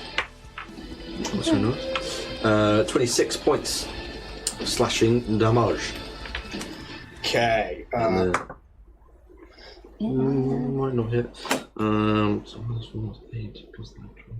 What's that one? 24 to hit. Hits. 22 points of slashing damage on that one. Swing, motherfucker. Swing, motherfucker. 2 massive hits as you shung. It hits that adamantine plating again, which reduces some of the damage, but you're starting to see chips coming away and it's starting to move in interesting ways. Definitely taking some damage. That is me. Back to yourself. So, can I do my big boy Yes. graviton thing now? So this is your I should say as an action you unleash your. So the Zenith Revelation. Oh. So this is called All Shall Kneel. Oh. I know. Saucy, innit? So this is generate an aura that brings your foes to their knees or similar joints. Well, this is why I was like, do I use this? Because I don't know if this is going to work. Okay, It's got armor has joints. Similar joints. When you're fully as a wave action, you can generate a 20-foot radius aura of submission. An enemy that ends its turn within the aura must attempt a fortitude save. On a failure, it gains the overburden condition to the end of its next turn. Nice. Okay. So it's an enemy, so you could.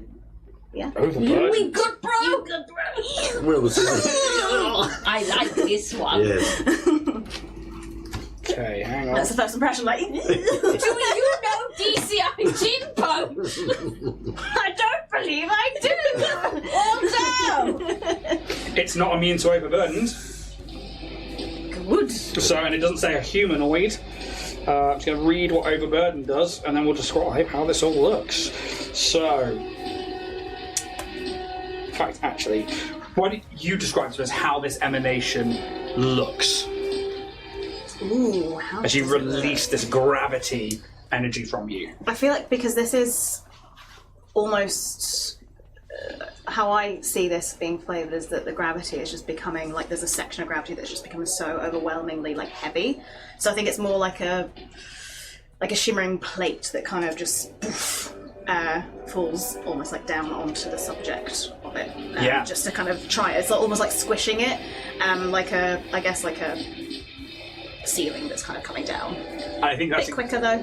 exactly how it looks. Yeah. As you watch as this emanation erupts from this android and the air around it just crushes it down, and you watch that ooze fits to the space, but those plates are spread out and stuff. Overburdened. All of your speeds are reduced to 5 feet.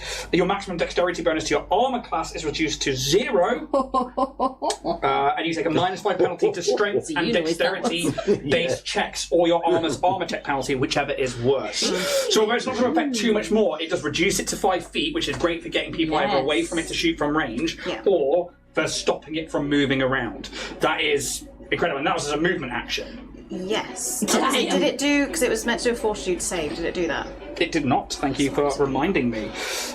Guess if I have to do it. For reminding me. Honest. Being honest. Yay! That is a There cred you stick. go. A cred stick, unlike your hero point, can be spent on any Anything. D20 roll. They do not run out at the end of the session. Yeah. You keep those with you until you spend them. It will make the fortitude save. Oh, it's good. It's an 18 on the dice for a 31. I'm assuming. So where will I find my... It is. The Solarion DC is going to be around 18, I believe. Yeah, so it's probably done it. Let's... Where do we have this with I think Alex? it's class features, and there should be a class features. Save DC, I'm assuming? So Yes. 16. 16. Okay. Yours is a little lower. What's the skill DC? What's the difference there? Skill checks rather than your class Got ya. abilities. Yeah, got ya. So, yeah, it succeeds at that one. Nuts. So nothing happens on a save? So I'll never get back to it. Where did you go? Over there. All shall kneel. On a failure, no, it just says on a failure that creature gains the overburning condition. Okay. That's still good. Just overburdened, isn't it? On a failure, Oh, on a it's failure, on a success. Yeah, it's, yeah. So Oh, it like So there's squashes nothing it on the down, successes, yeah. and I think because it's an ooze, it fills the space and it's not as affected by like the crushing gravity. just goes, I think it would stay down though because that affects. It says this aura lasts for 1 round plus 1 round for every 4 Solarian levels you have. So 3 rounds that's total. 3. So that was. Let's just do a little tally chart. Ooh, cool. That's good. That's Yeah. a really. So we've got it another, hits, another 2 chances. Yeah. I guess. that could become very. Yeah, because it was Notes taken. risk versus reward level. Yeah. So this is fine. It's because I mean you would have made the roll anyway. It's an enemy that ends its turn within the aura must attempt to fortitude. So it's That's fine. yeah. So I forgot about Trust that. me, it Detail. can move 20 foot. Yeah. It's probably 20 foot aura from you, yeah? Yeah. 20-foot radius. Yeah. So that is all of this area. Yeah. Shit. As we move to that particular skirmish line. Now, it saved that one, so I'm going to give it its full movement. Yeah. However, you are a construct and you are right there. It is going to take a full attack at you with the pseudopod. That's it. We'll take. Do you finish your turn? My apologies. Yeah, you only took a movement, didn't you, to do that? Hit him. Take a swing with that bat. Right, better. Hey, better. I respect women's choices. He just mansplained your Yeah, thanks for mansplaining. Yeah, that's, come on. I mean, Jack famously hates women. Yeah. I love that on the podcast. Jack's going to be renowned for hating women. Couldn't be the most. We literally, once you said, "What's Jack's worst quality?" He's too nice. Right. 11 again, so that was a 23 to hit, so that doesn't hit. It's going to miss, unfortunately. If it was overburdened, though, that would have really +1. 24 hit. to hit.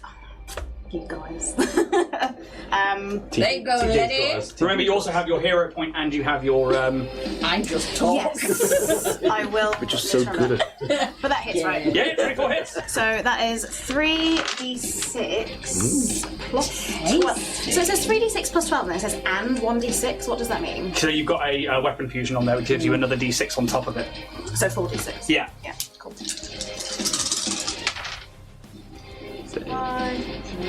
9. 9 plus 12. 21. Thank you. I honestly, when I see numbers, I panic and I'm like, I can't. Yeah. I just can't look do at him and this. say the numbers now. Yeah. Yeah. Because he loves it. I do. What was the total? Sorry. What was it? 21.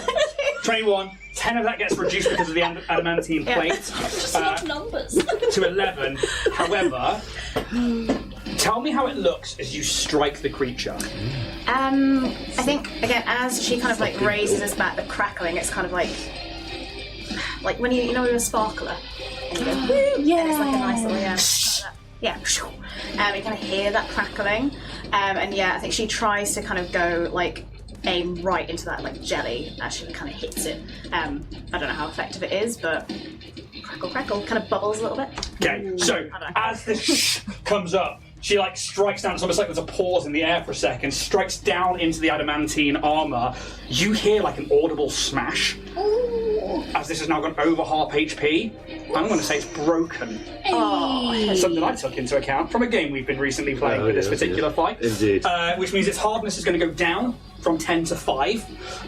Now it's over half health. And that shattering of like stardust from your solar weapon just resonates for a moment as this thing and wobbles as those plates are like now struggling to like find their way back in. You have taken it over half that health. Cool. Is that everything I can? Unless you got a Swifty, which I doubt you do at this point. Not too much you can do Swifty. No. I'm just gonna. Yeah, they Stay tend to be right. kind of single-minded. Yeah. Scavenger slime. Don't come for me! We'll take to get that. You're terrifying. Go with my dice. Up your butt. One there. I don't want that one. I want the campaign well, dice. fuck you. I want to want kill that Siobhan one. in her first episode with the campaign dice. What I do with it? Wouldn't do it. Before What I I even do? introduce myself to your characters. Right? That person was helpful. Shame they're dead. Oh, well, the pants. Have I really lost my dice again? Has it rolled away somewhere? Fuck it, I'll have to use the other one. Hand me that one. I'll do it then. If you need to dip in and out, absolutely fine. So, going for the full attack on you. First one. Natural one. Lucky. Second one. Try it. Only a 6 on the dice plus 18 for a total of 24 against your KAC. I'm guessing it meets it. Meets it, beats it. Yes, because I've got 24. Yeah. Okay. Pez, you are currently delayed. So you can jump in a second, or you can wait to take your turn.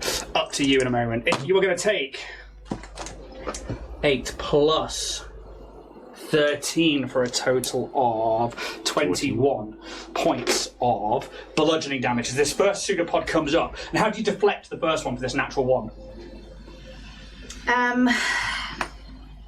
I think she kind of really definitely just like dodges out of the way, just like a duck and weave. And then it comes back at you and like smashes in for the 21 points of bludgeoning damage. That'll come off your stamina points first, and then your health points. Oh, okay, that's all right, isn't it? That's all right. That's what? So how much? Sorry, how much damage off my stamina? 21. 21. Okay. Maths. If you click on the number, so actually on that bit, Yeah. you can just, Yeah. if on like tablets and stuff, Yeah. you can click on it, you can just press okay, 24 and minus it. That's the maths for you. And then I will roll a fortitude save at the end of its go, as it's remaining in this area of gravity oppression. 14 plus, right, it's going to, with a plus 13, it's going to make it to past that 16. Boo. Boo you whore. Or such a slutty little loose. That's the end of the scavenger slimes go. Obviously, TJ can go, or if Pez wants to jump in, absolutely fine. Yeah, so as a move action, I'm going to use my tactical analysis. So I need to beat a DC of 15 plus the creature's CR. Yep. And I can use my engineering for that. 24, Yeah. what's your engineering? I can, a minimum I can roll is 24. Oh, so you got plus 23 in it? Yeah. Yeah, okay, I so got you 33. automatically pass. Yeah. What happens? So essentially, I get to know about this creature using my engineering with this until the end of my turn. Any weapons, special attacks, ignore 5 points of target's DR and energy resistances. But as my move action, I'm going to use it as another. As my action, I'm going to use that as a move action to pass that information on to my team. So Cool. essentially, I'm going to see the slime and kind of be like, well, I know what it is using my engineering, I know how it works off different technologies, and I'm going to share that information with the group. Okay. So, first thing that happens is, like, you get Bear back up on all fours, because I just said that she was, like, faltering okay. a second. Yeah. You're like, what the fuck is going on? Yeah. And you, like, took her to one side, so you delayed your turns. Yeah. She's now all back up and working again. Okay. So what information do you get? So if it was just me, I'd get a +1 circumstance bonus to attack rolls against the creature. Yeah. and any weapons or special attacks I make ignore 5 points of the target's DR and energy resistances. That's But perfect. As my then normal action, I can Relay spend that it to to move everyone. it. Okay, so I will tell you now then, it recently just, its armour got broken, so it's now down to damage resistance 5, so you're going to automatically pass that with that information going around for the next turn, was it? Or just from now on? Till beginning of my next turn. Cool, so for a round, it does have energy resistance to fire of 10 as well. So if you were hitting the DR and the energy resistance, which is what you saw earlier, it just absorbed that fire. I will also tell you now, it obviously has an artillery laser on it, a red star plasma. It is also dealing a lot of fire damage, which you can imagine is why it is energy resistant to that. I will move Pez to that initiative order just there. And for Bear, it's just a case of kind of getting like system reboots and trying to get all the like the bios and diagnostics sort of like running back up. Yeah, easily enough done. As the Millennium Falcon goes up. Kill me, Harry. I hope that gets picked up on the mic. That I've just got a Millennium Falcon toy over there in the corner somewhere, and because the battery's already out, it's just constantly making fucking engine Bear's noises. just there like, let me die, ends my suffering. I'm tired. TJ, you're up. Cool. I'm gonna go for the get a microphone combo again. And I'm like, my credits don't jiggle jiggle, they fold. I'd like to see you wiggle wiggle for sure. It makes me want to jiggle jiggle. You know, riding in spaceship, you really ought to see it. And then that's gonna be my get 'em. Yeah, go on then. Take the +2. Thanks, Louis Theroux. Natural fucking 20! So it's immune to crits, so I never get 20s, but I'm so happy I got a 20. It's 27. for the stats, it's a 27 to hit. You definitely beat its armor class. EAC of 22. Amazing. Unfortunately, you still roll regular damage rather That's than right. maxing Does my out. critical effect come into play though? Yes. Exciting. So, okay. I will so just double check. regular damage. Critical hits, but not critical effects. I will allow you to max the damage, Okay. Oh, okay. but I won't let you roll again. Wicked. I'll happily take that. 8, 9, 10, 11. It's 12 points of sonic damage. Yeah. Reduced. I guess. Oh, not anymore. So, Not at the moment. so 12 points of sonic damage is the most damage I think I've ever done. And That all goes through. there is then my critical effect. The target is knocked prone. Immune's prone. That's fine. I'm just happy because I never get this. There it is. In your cred sticks.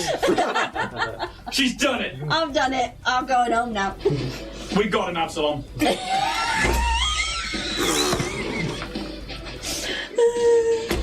Amazing. Anyone else from TJ? No, I think TJ's just stunned about his own veracity, and is like, "Do I have a career in rap in my future?"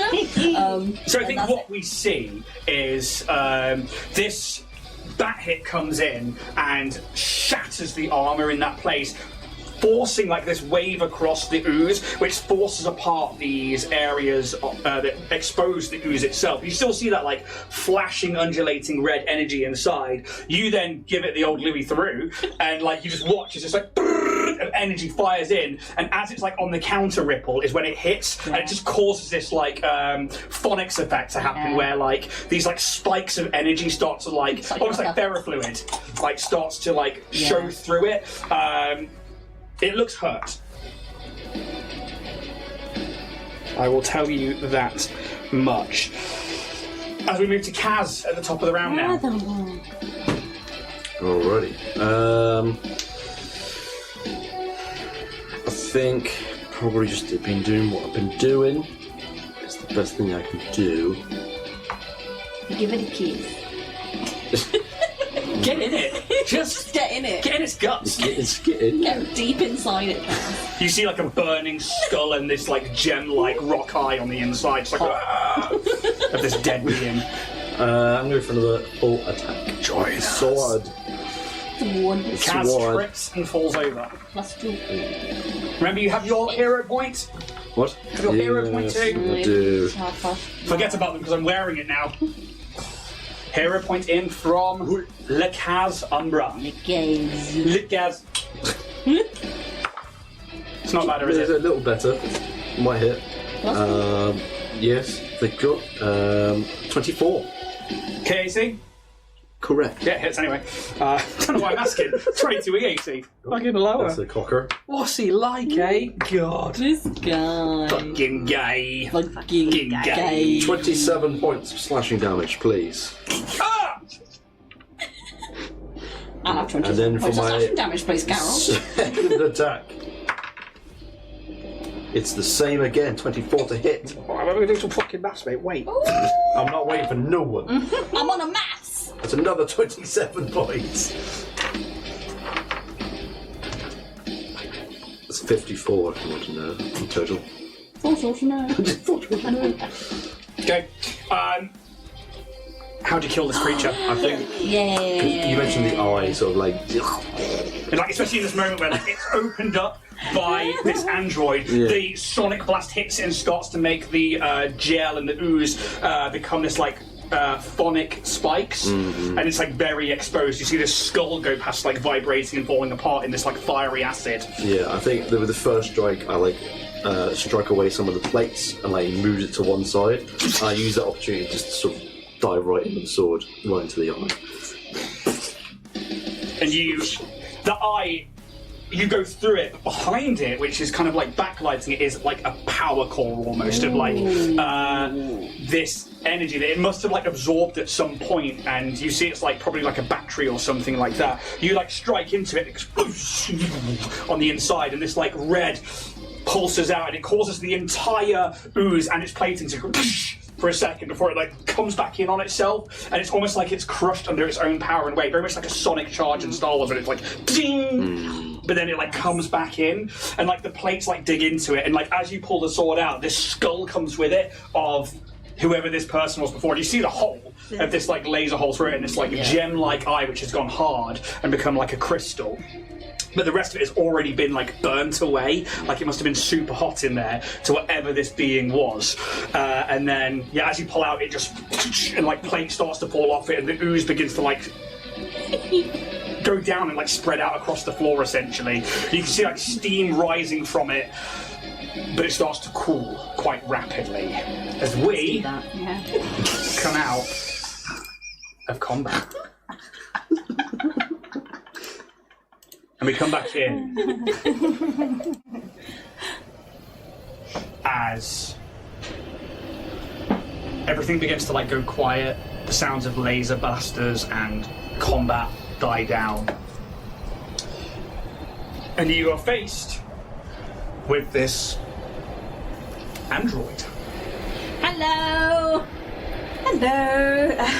Special Operations J-UN1 at your service. Oh, Captain TJ Squeakson of the Orion's hope at yours. Oh, Captain TJ. You've heard of me? Yes. Oh. Why, I'm the steward assigned to help you with your mission. What a coinky-dink. I know. Wow, that's convenient. People just like, wait and see. Who's coming to meet you? Wow. Let's forget about this thing. There are like just two dead bodies on the floor. I bet one dead body, the other one got pulled in, didn't I'm it? assuming you've got people who can sort this out. And I think it's at that point, like, you start seeing, like, other stewards, like, running out of the building now, like, wearing armour, led by a female, clearly a captain. You know them to be the commander. They are Commanding Officer Thel Jorin. You've met them in the office, but you guys see a human female, probably in their 40s, wearing like a crisp uniform, but now you see like bits of like breastplate over the top of this jacket. They have streaked black and silver hair pulled back into a very regulation bun. They have a cybernetic left eye. You guys have seen one of these augmentations before. This is a optical laser azimuth. And you also see a Kasatha wearing an immaculate kept uniform with almost like an energy force field around it come running out, as well as a Yosoki in a very customized, they're slightly overweight, they look a lot older, and then two other officers who stay near the doorway, who are a half-elf with like short mousy brown hair. You can see like the pointed ears of an elf, but you see these like human hazel eyes, and you see a dwarf with braided ginger and brown hair and beard, very much with like a gold-plated, traditional rune-covered braid in the center of it, like a what are those metal clasps called, like that you have around a beard, or like a tie or an end. You know the ones I mean, right? A classical bead. Or Cool. Yeah, it's like but it's good, Chunky. thick, and they like seem to take positions on the door. This kind of jarring message, Shannon's like, make sure that side's covered, and like sees this as like, are you guys wearing your Starfinder badges? Yeah, I think Yeah. It's like, always Starfinders. Hello. What? And then she looks down at the bodies. No. What the fuck happened? This thing came out of a pipe and then sucked up some people, and then we killed They it. had guns. Yeah. They will make a check. I'm pretty sure they know what this is. But... An 11 on the dice.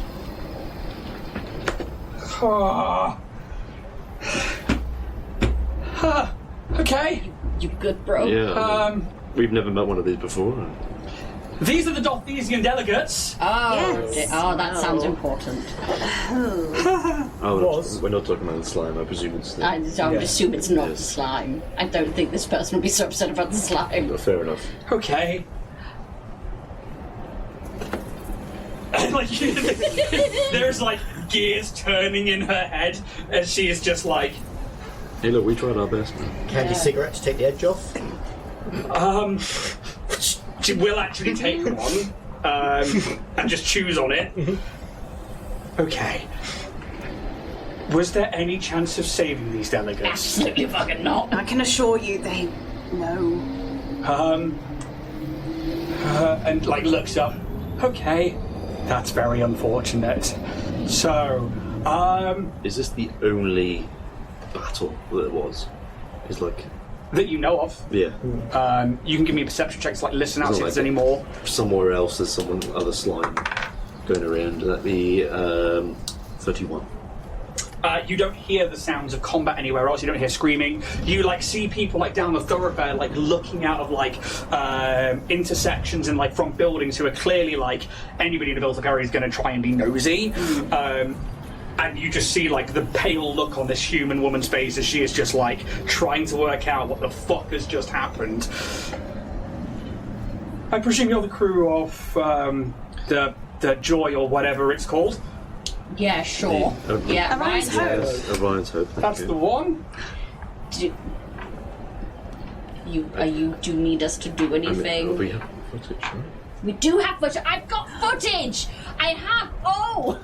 I can provide. Let's go inside. Cool. And she's just like, What about that? Xylor, I need you to secure the bodies and bring them in, please. Don't let the public see them. Use the custody entrance. Oh. She's just like, Oh dear. if you could all come with me, J-UN1, if you could also follow along if you are their liaison. And just like Yes. moves towards this entrance over here, near the front of this thoroughfare, essentially. And you see there is like a large steward's badge above this, and it's a very unseeming door, whereas like Bastion in Absalom for you guys was this grandiose building made of stone which isn't like natural to the space station, and it's like talking like it being on Galarian pre-Gap and now on Absalom. It's very like decorated and like massive. This is like an office building in the middle of a street and is very low-key. There is just the steward's emblem, this shield with 3 stars on it that's missing like the top right has like a semicircle cut out of it, and these 2 wings that come out of the base of the star shield. You know this to be the steward's symbol, and you know this must be the Skydock Bureau. She leads you past the 2 guards, this half-elf and this dwarf, and you go into this first corridor. Now, you've been here before and you have clearance to walk through, but you see these 2 holographic barriers that shimmer in the hall.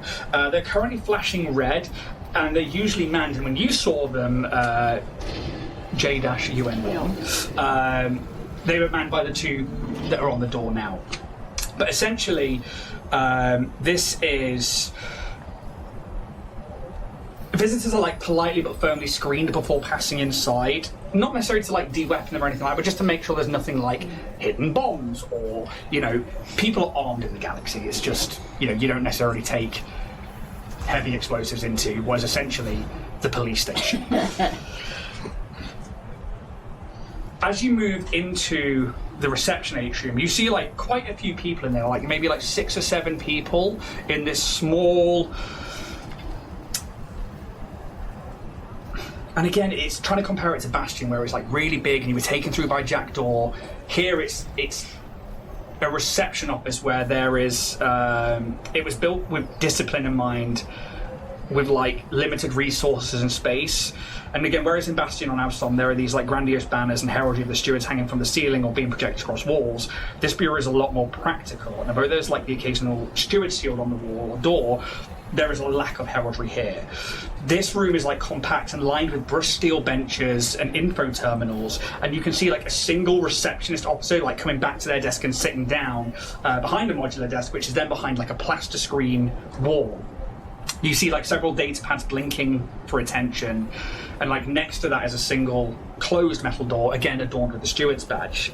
You see like some Yosoki, some humans, maybe an orc, all kind of like sat in the far corners, like looking like they're just sitting back down, and maybe this Shirin, as you see this steward official sitting back down behind the desk, has probably brought them back into this room from further inside where it's a bit safer. Jorin walks through and it's just like, Kite, these 4 are with me. Yes, Commander. The Shirin, this bug-like race. And I think for you, if you've not seen the Shirin before, Siobhan, they are essentially these giant humanoid bugs. This one has like orange and yellow highlighted like carapace with these large bulbous compound eyes. And they're like a bright green. And this voice, you would have seen them before, but above table. Yes, Commander. And you hear this all in your heads rather than it coming out of their mouth. They press a button and the door next to them. I trust everything outside is under control or else you wouldn't be back in here. Yes, Kite, everything's fine. Just the others are keeping a perimeter outside. We've got a situation. And she like turns to everyone else. There's going to be a bit of a wait. We have a situation. If it's nothing patch threatening, please come back tomorrow. To the other people inside this area, and you see like a perturbed orc's like steps up and like walks outside. Scam down 50 credits for some candy floss. But you probably see Yosoki, empty candy floss stick. And then you get the impression that like the people who come in here are probably. A mixture of like, well, some look more official than others. So some are like possibly like local dock officials reporting incidents. Some are starship captains filing complaints. A handful of like nervous-looking civilians with like grievances. And it's a case of like they come here and the stewards will go, yes, that's to do with us and that's our jurisdiction with the pact. No, go speak to station security. And it's kind of like this, they are a police force, but they have a certain job to do. And it's kind of picking out which ones are which. But it is still a first point of call. You guys are led through this office and into the operations hub. Again, you've been in here and were called out from here when everything kicked off. This is the heart of the office. And unlike going through the thousands of rooms and all the different patrols and everything back on Absalom Station, again, you're just in the office all of a sudden. This is a circular chamber with wall-mounted holodisplays that track incoming ships, flight cargo and security alerts. Maps of Skydock and nearby space routes flicker constantly. Also, the holomap of the planet and beacons and devices detect ships coming and going all over the planet, something you guys have seen, but from a different point of view. And again, there's a lot less people in here, as the individuals that probably went out on their like morning patrols have already gone.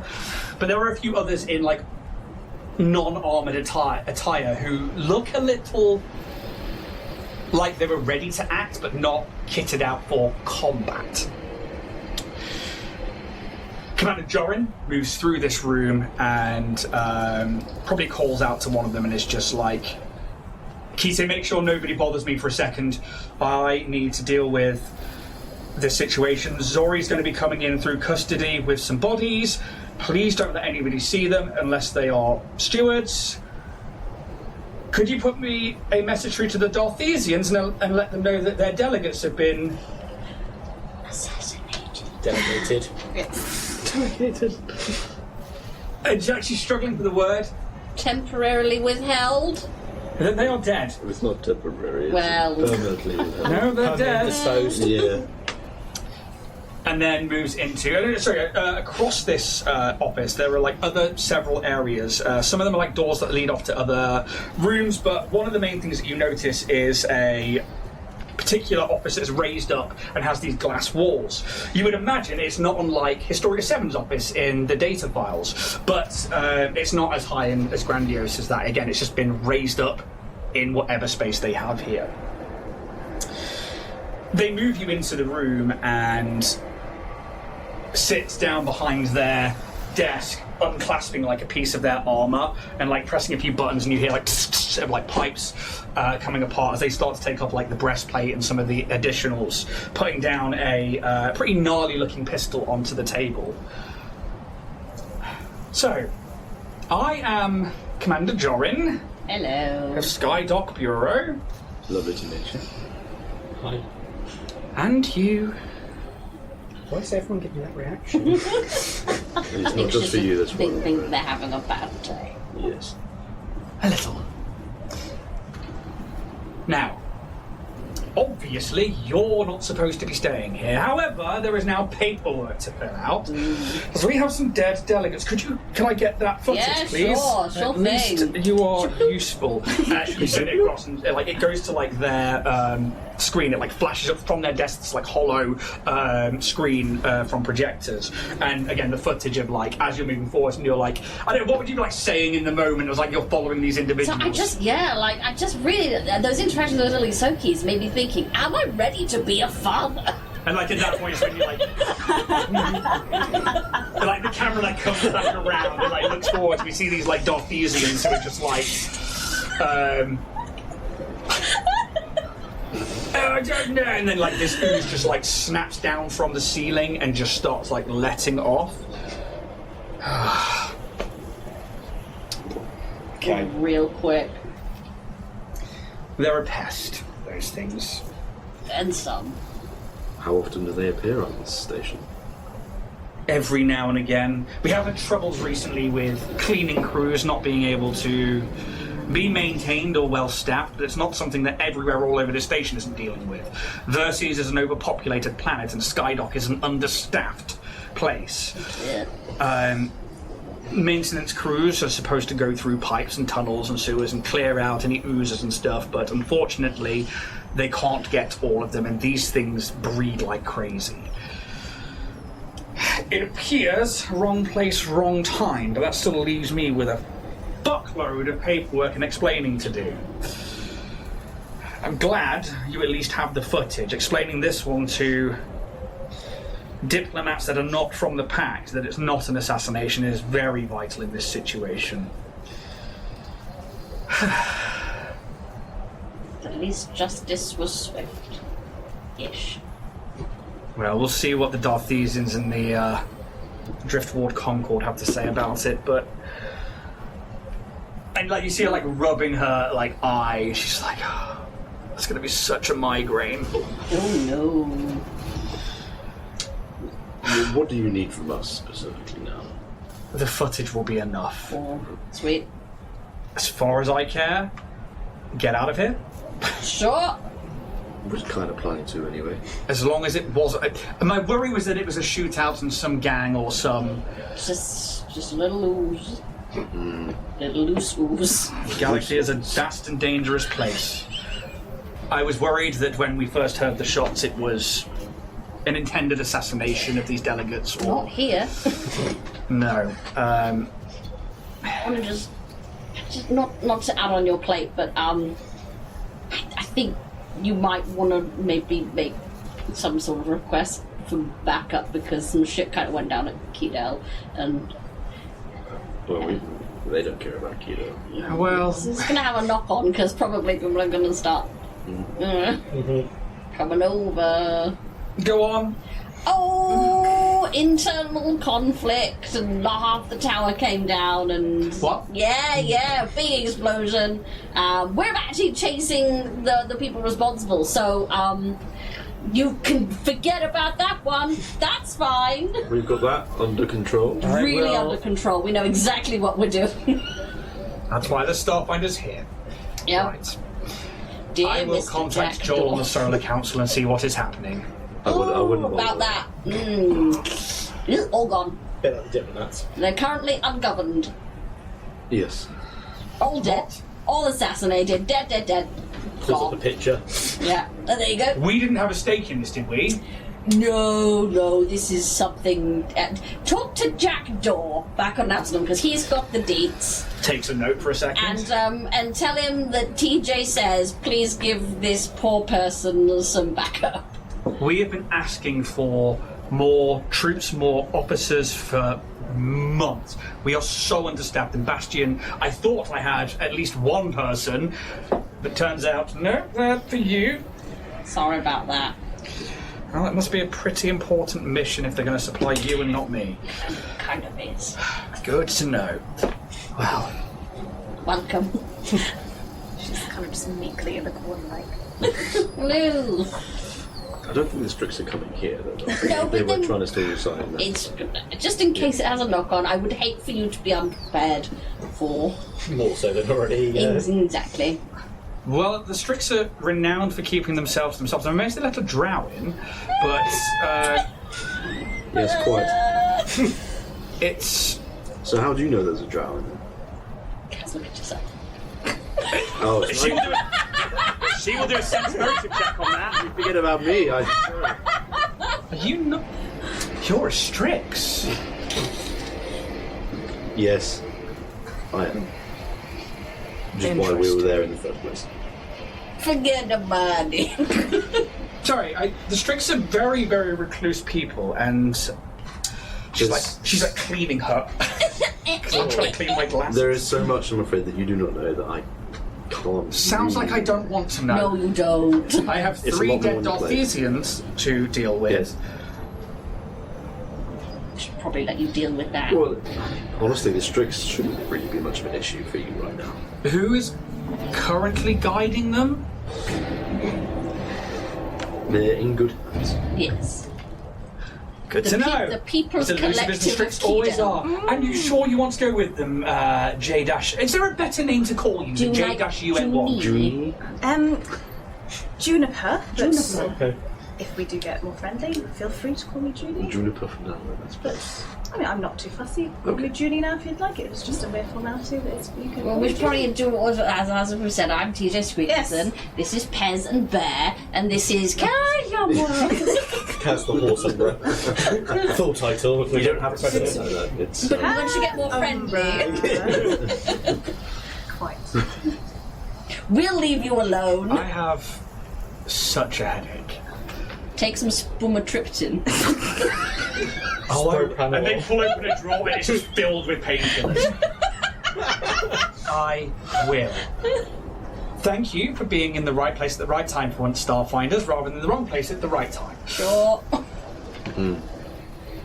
I'm glad that none of my officers were hurt. Is that somebody at the door? I don't know. Somebody. The door. There's somebody at the door. Hello. Oh, I'm all. We've lost I've got him. We've lost him. He's gone. No, no one there. Just the studio door. It's like a horror film. She just let out a scream. Thank you for helping earlier while we got ready. I greatly appreciate that, and I will make sure that word gets back to Bastion for you. Whatever your mission is from Keydel to wherever you're going, I don't want to know. Please, don't bother me again. Okay. We can do that Yep. just fine. Absolutely. To-do list. Tick. Success. Well, if there's nothing else you need from us, No, do you have any questions at all? I think we should probably go. Right. Oh, no. We're gonna go. Bye bye. See you later. Thank you Good very day to you, much. Joran. Orion's Hope. She remembered. She did win. Off As we you go. guys, you are free to lead them back out. You get to the front desk where this Shirin again lets you out. I think as you go past the front desk, you see that on the other side of it is another entranceway that leads to another corridor, and you can see down the corridor as there are holding cells in there. They don't look full or anything at the moment, but you can see like 3 bodies like lying on the floor. One of them is pretty skeletal. Another one pretty mangled, and the other one just looks like it's been slammed into a ground. A ground. A ground. Singular ground. A ground. Always an interesting day here at Skydock. I bid you farewell, Starfinders and fellow steward. Bye. You guys begin to make your way back out of that corridor and into the thoroughfare, where you see still stood on the doorway are these 2 steward officials. But you are free to go about the rest of your day. Oh, you want to see our ship? That would be excellent, yes. Wicked. Orion's Hope? Yes. I think, yes. That's us. Let's go. I was very grateful to get out of that office. Yeah, that seems like a tough work environment. Yes, as you can tell, she was rather stressed, and I feel like today's events are just piling on, as they say. Wow. Welcome to the Thunderdome. Where shit's about to get real, but we'll tell you all about it over a coffee. That would be excellent, yes. To do with just some beverages. Indeed. To the hope. You guys start to make your way back to where the Hope stopped. You go past like several different districts of this particular space station and make your way back to the first ring, which is the one. It's the biggest ring, and it's on the outermost circle. You find your own particular docking arm once again, and you see like on the outside where that intersection is. You see the 3 different intersection shops that you had before. There was the info terminal where you see that droid hasn't made it back. There's still just like a wire hanging down. Stuck in a wall or something. Ow. Ow. Oh! Just find him. The porter drone does not make it back. Oh! Then you see the small vendor with the mods written onto it, which is got a cybernetically augmented brown fur Jusoki where they've got like one ear that looks a bit like an audio receiver satellite, and like one of their arms is a prosthetic as well. And you see a kiosk called Gobo's Teas, where again you see this like gruff looking desk of blues and greens. They have like a cleft lip, which is like almost, it looks like a scar, but you're not sure if it's like a battle scar or if it was something they were born with. And they're like wearing a sleeveless vest and a brown apron with these like various canisters and tools all poking out of it. And you guys are free to go back to the ship, and as you kind of make your way back up this, it's almost like a terminal arm in an airport, I guess. Like you see there's like rubber tubings mixed with like sections of steel where like it's designed to move with the station. Then you get your first glimpse out of one of the windows of this dark green scout-like vessel. It is arrowhead in sort of nature at the top, then like slenders into a thinner neck, and then comes back out into a large engine area towards the back. This is a sort of like a medium-sized explorer vessel. Definitely kitted out, as you see like 2 turrets atop it as well. And I mean, you guys describe what happens as obviously like your ship is currently like docked sideways on, so as you go through, like the gravity changes as you go through into what is essentially the crew quarters. And I hand over to you to describe what that's like. I think it's a comfy, well-situated but versatile space. There's got like a little seating area with like tables. There's like a nice, well-fitted kitchen and a very, very nice coffee machine in there as well. There's like a little like hollow deck where like you can gather around. But it's, yeah, definitely, I think it's a little bit maybe tidier than it has been previously because there has been Lady Sylph on board with us for a while. But I think there's still like evidence of like equipment left in corners and stuff. It's definitely lived in. Yeah. It's definitely been a bachelor pad for a while. But we do have like a medical bay and a tech workshop, just kind of like into one corner. It's like part of the same space. Yeah. It's where Kaz definitely spent most of his time. And there's like some little like bunk beds with personal effects and things. So it's all kind of like open plan vibe. Yeah. Because like, the living space is definitely open plan, and then there's like a smaller section that's like narrower in the middle of the ship. That's where the crew quarters are. And it's like one room, but there's like 6 bunks in it. Definitely only 3 members of a crew, and there's 6 bunks. And then that leads into the bridge area where there is 5 stations. There's a pilot's, a navicom, a captain's seat, and then the additional seats in there which can activate things like weapons. Or you also see above the living compartment is a tube ladder that goes up to one of the turrets. Anything else? Oh yeah, Dave. Oh, we're Dave! Dave! Cleaning drawings. Dave! Going, We've made some changes. You see a small tracked vehicle. Dave now has tracks, I believe. So very much like Wally's tracks. But do you remember those devices in British primary schools where they would have like arrows on the top and you press it and it would do that direction, then you press another one and it would turn right? Yeah, to like program them, and they'd... Did you ever have one of those in your school? like a Roomba. No. Oh, was like okay. a primitive Because you Roomba. shortened Dave as well and changed his body into essentially like a small tracked Roomba. You're gonna have to show me what that is because I don't think my Yeah. primary school had that. Yeah. We're very small. And like you were allowed to go to like the office stuff, but you could take it with you and you would like program it to go down the corridor and you go straight and it would go straight for so long. And then if you had to go around the Forward corner- 2 and then right this That way. is and then so fancy. it's like introduction wow. to coding sort of thing. It's got like That! I've never seen that in my life. Yeah, That pretty is much. wild. Yeah. Dave's a bit more oblong and has like a bit more of a shape to the top of them, but they definitely have these tracks and they are like, hello, we have a new person on board the ship. And another voice pops up as well, and that's coming from the little machine, and then another one just comes out through the ship's like, welcome back, Captain TJ Squeakerson and crew. I see we have a new person on board. We do. This is J-UN1, otherwise known as Juniper or Junie. Junie! Junie, do the thing! Hello, I am Steve. Damn it, I didn't think about that. You didn't, did you? No, I did not think I've about been that. tagging since I come up. I was like, yes. Junie, do the thing. Damn! Okay, sorry. Ian, what did you say? I wasn't listening. I am just going to get up something, so I haven't looked at this in a long time. Hi, Steve. I am... Hello there, no, it was first you would say, hello, I am the Sentient Technological E-Frame and Vessel Electronics, otherwise known as Steve. What is your preferred designation? Hello, Steve.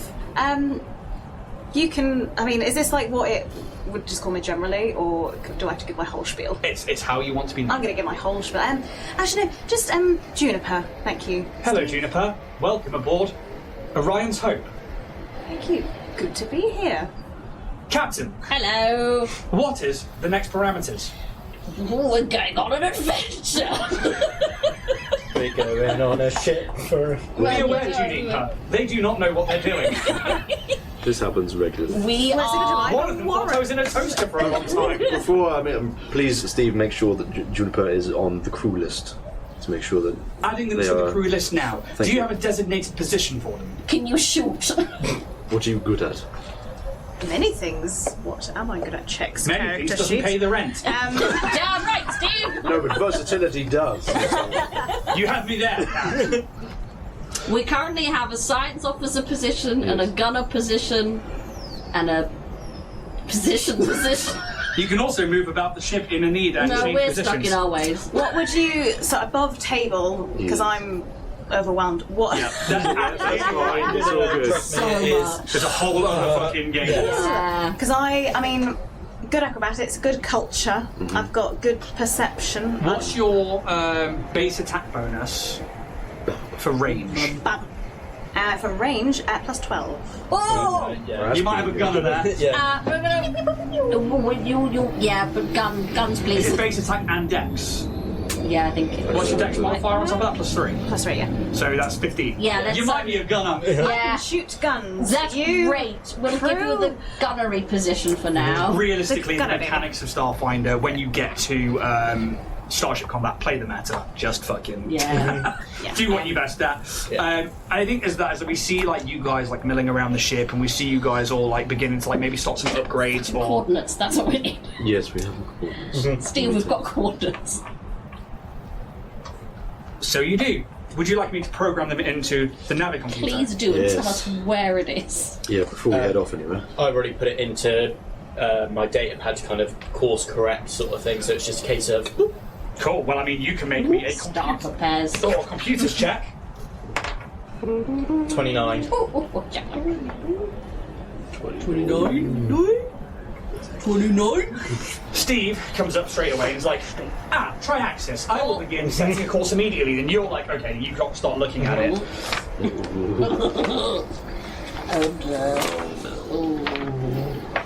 Is everything okay? There be dragons.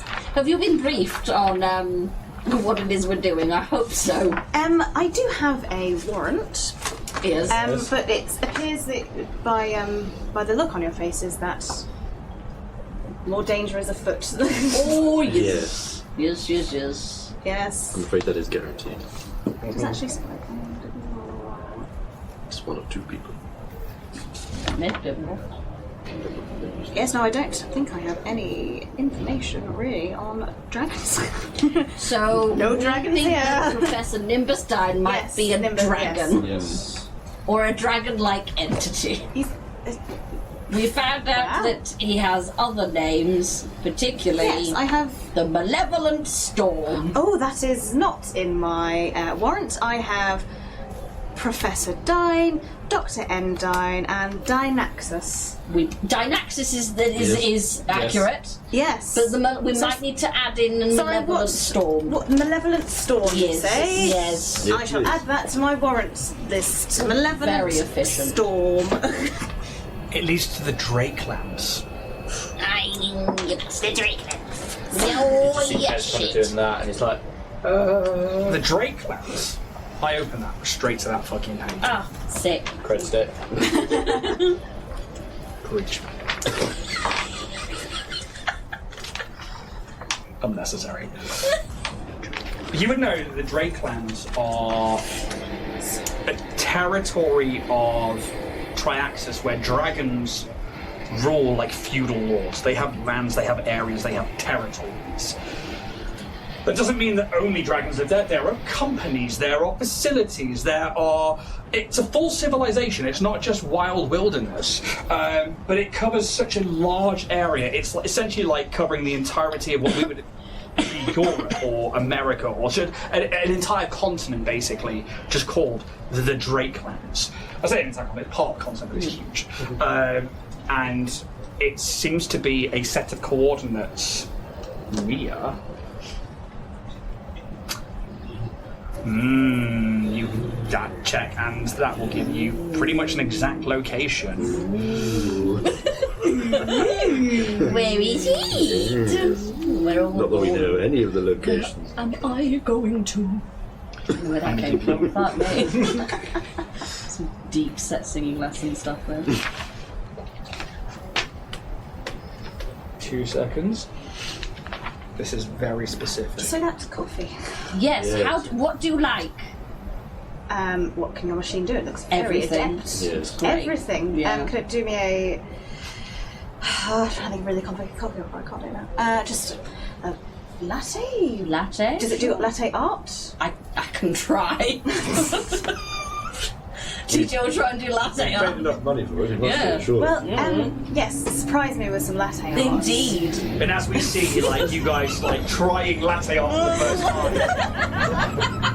Is there a roll for that? There is a role for that. I think that is a.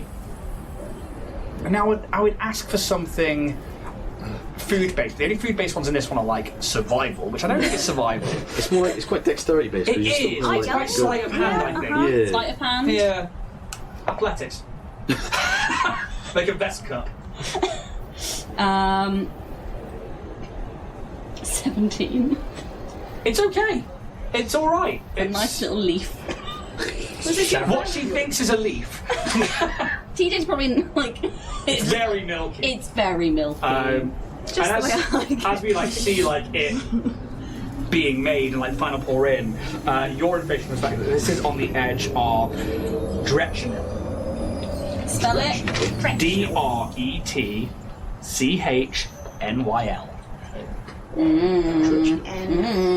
Directional sounds like a lovely place. Good holidays. It is on the northeastern areas of the Drakelands near Blacktooth River. Ooh. And as that flashes up on the map, we are going to end our session there. Maybe we hear like the thrusters of the Hope come to life and the docking arm disengaging as Pez sits into the pilot seat, the map on the Navicon flashing up, this area of Triaxis, as Pez begins to take the Hope back out of Skydock. We're going to see you next week for the next episode. Stick around if you're on Twitch for the Drift Debrief. If you're not, check it out on YouTube, on our YouTube members. Otherwise, thank you so very much. May the dice gods be ever in your favour. Take it easy, guys. See you later. Bye.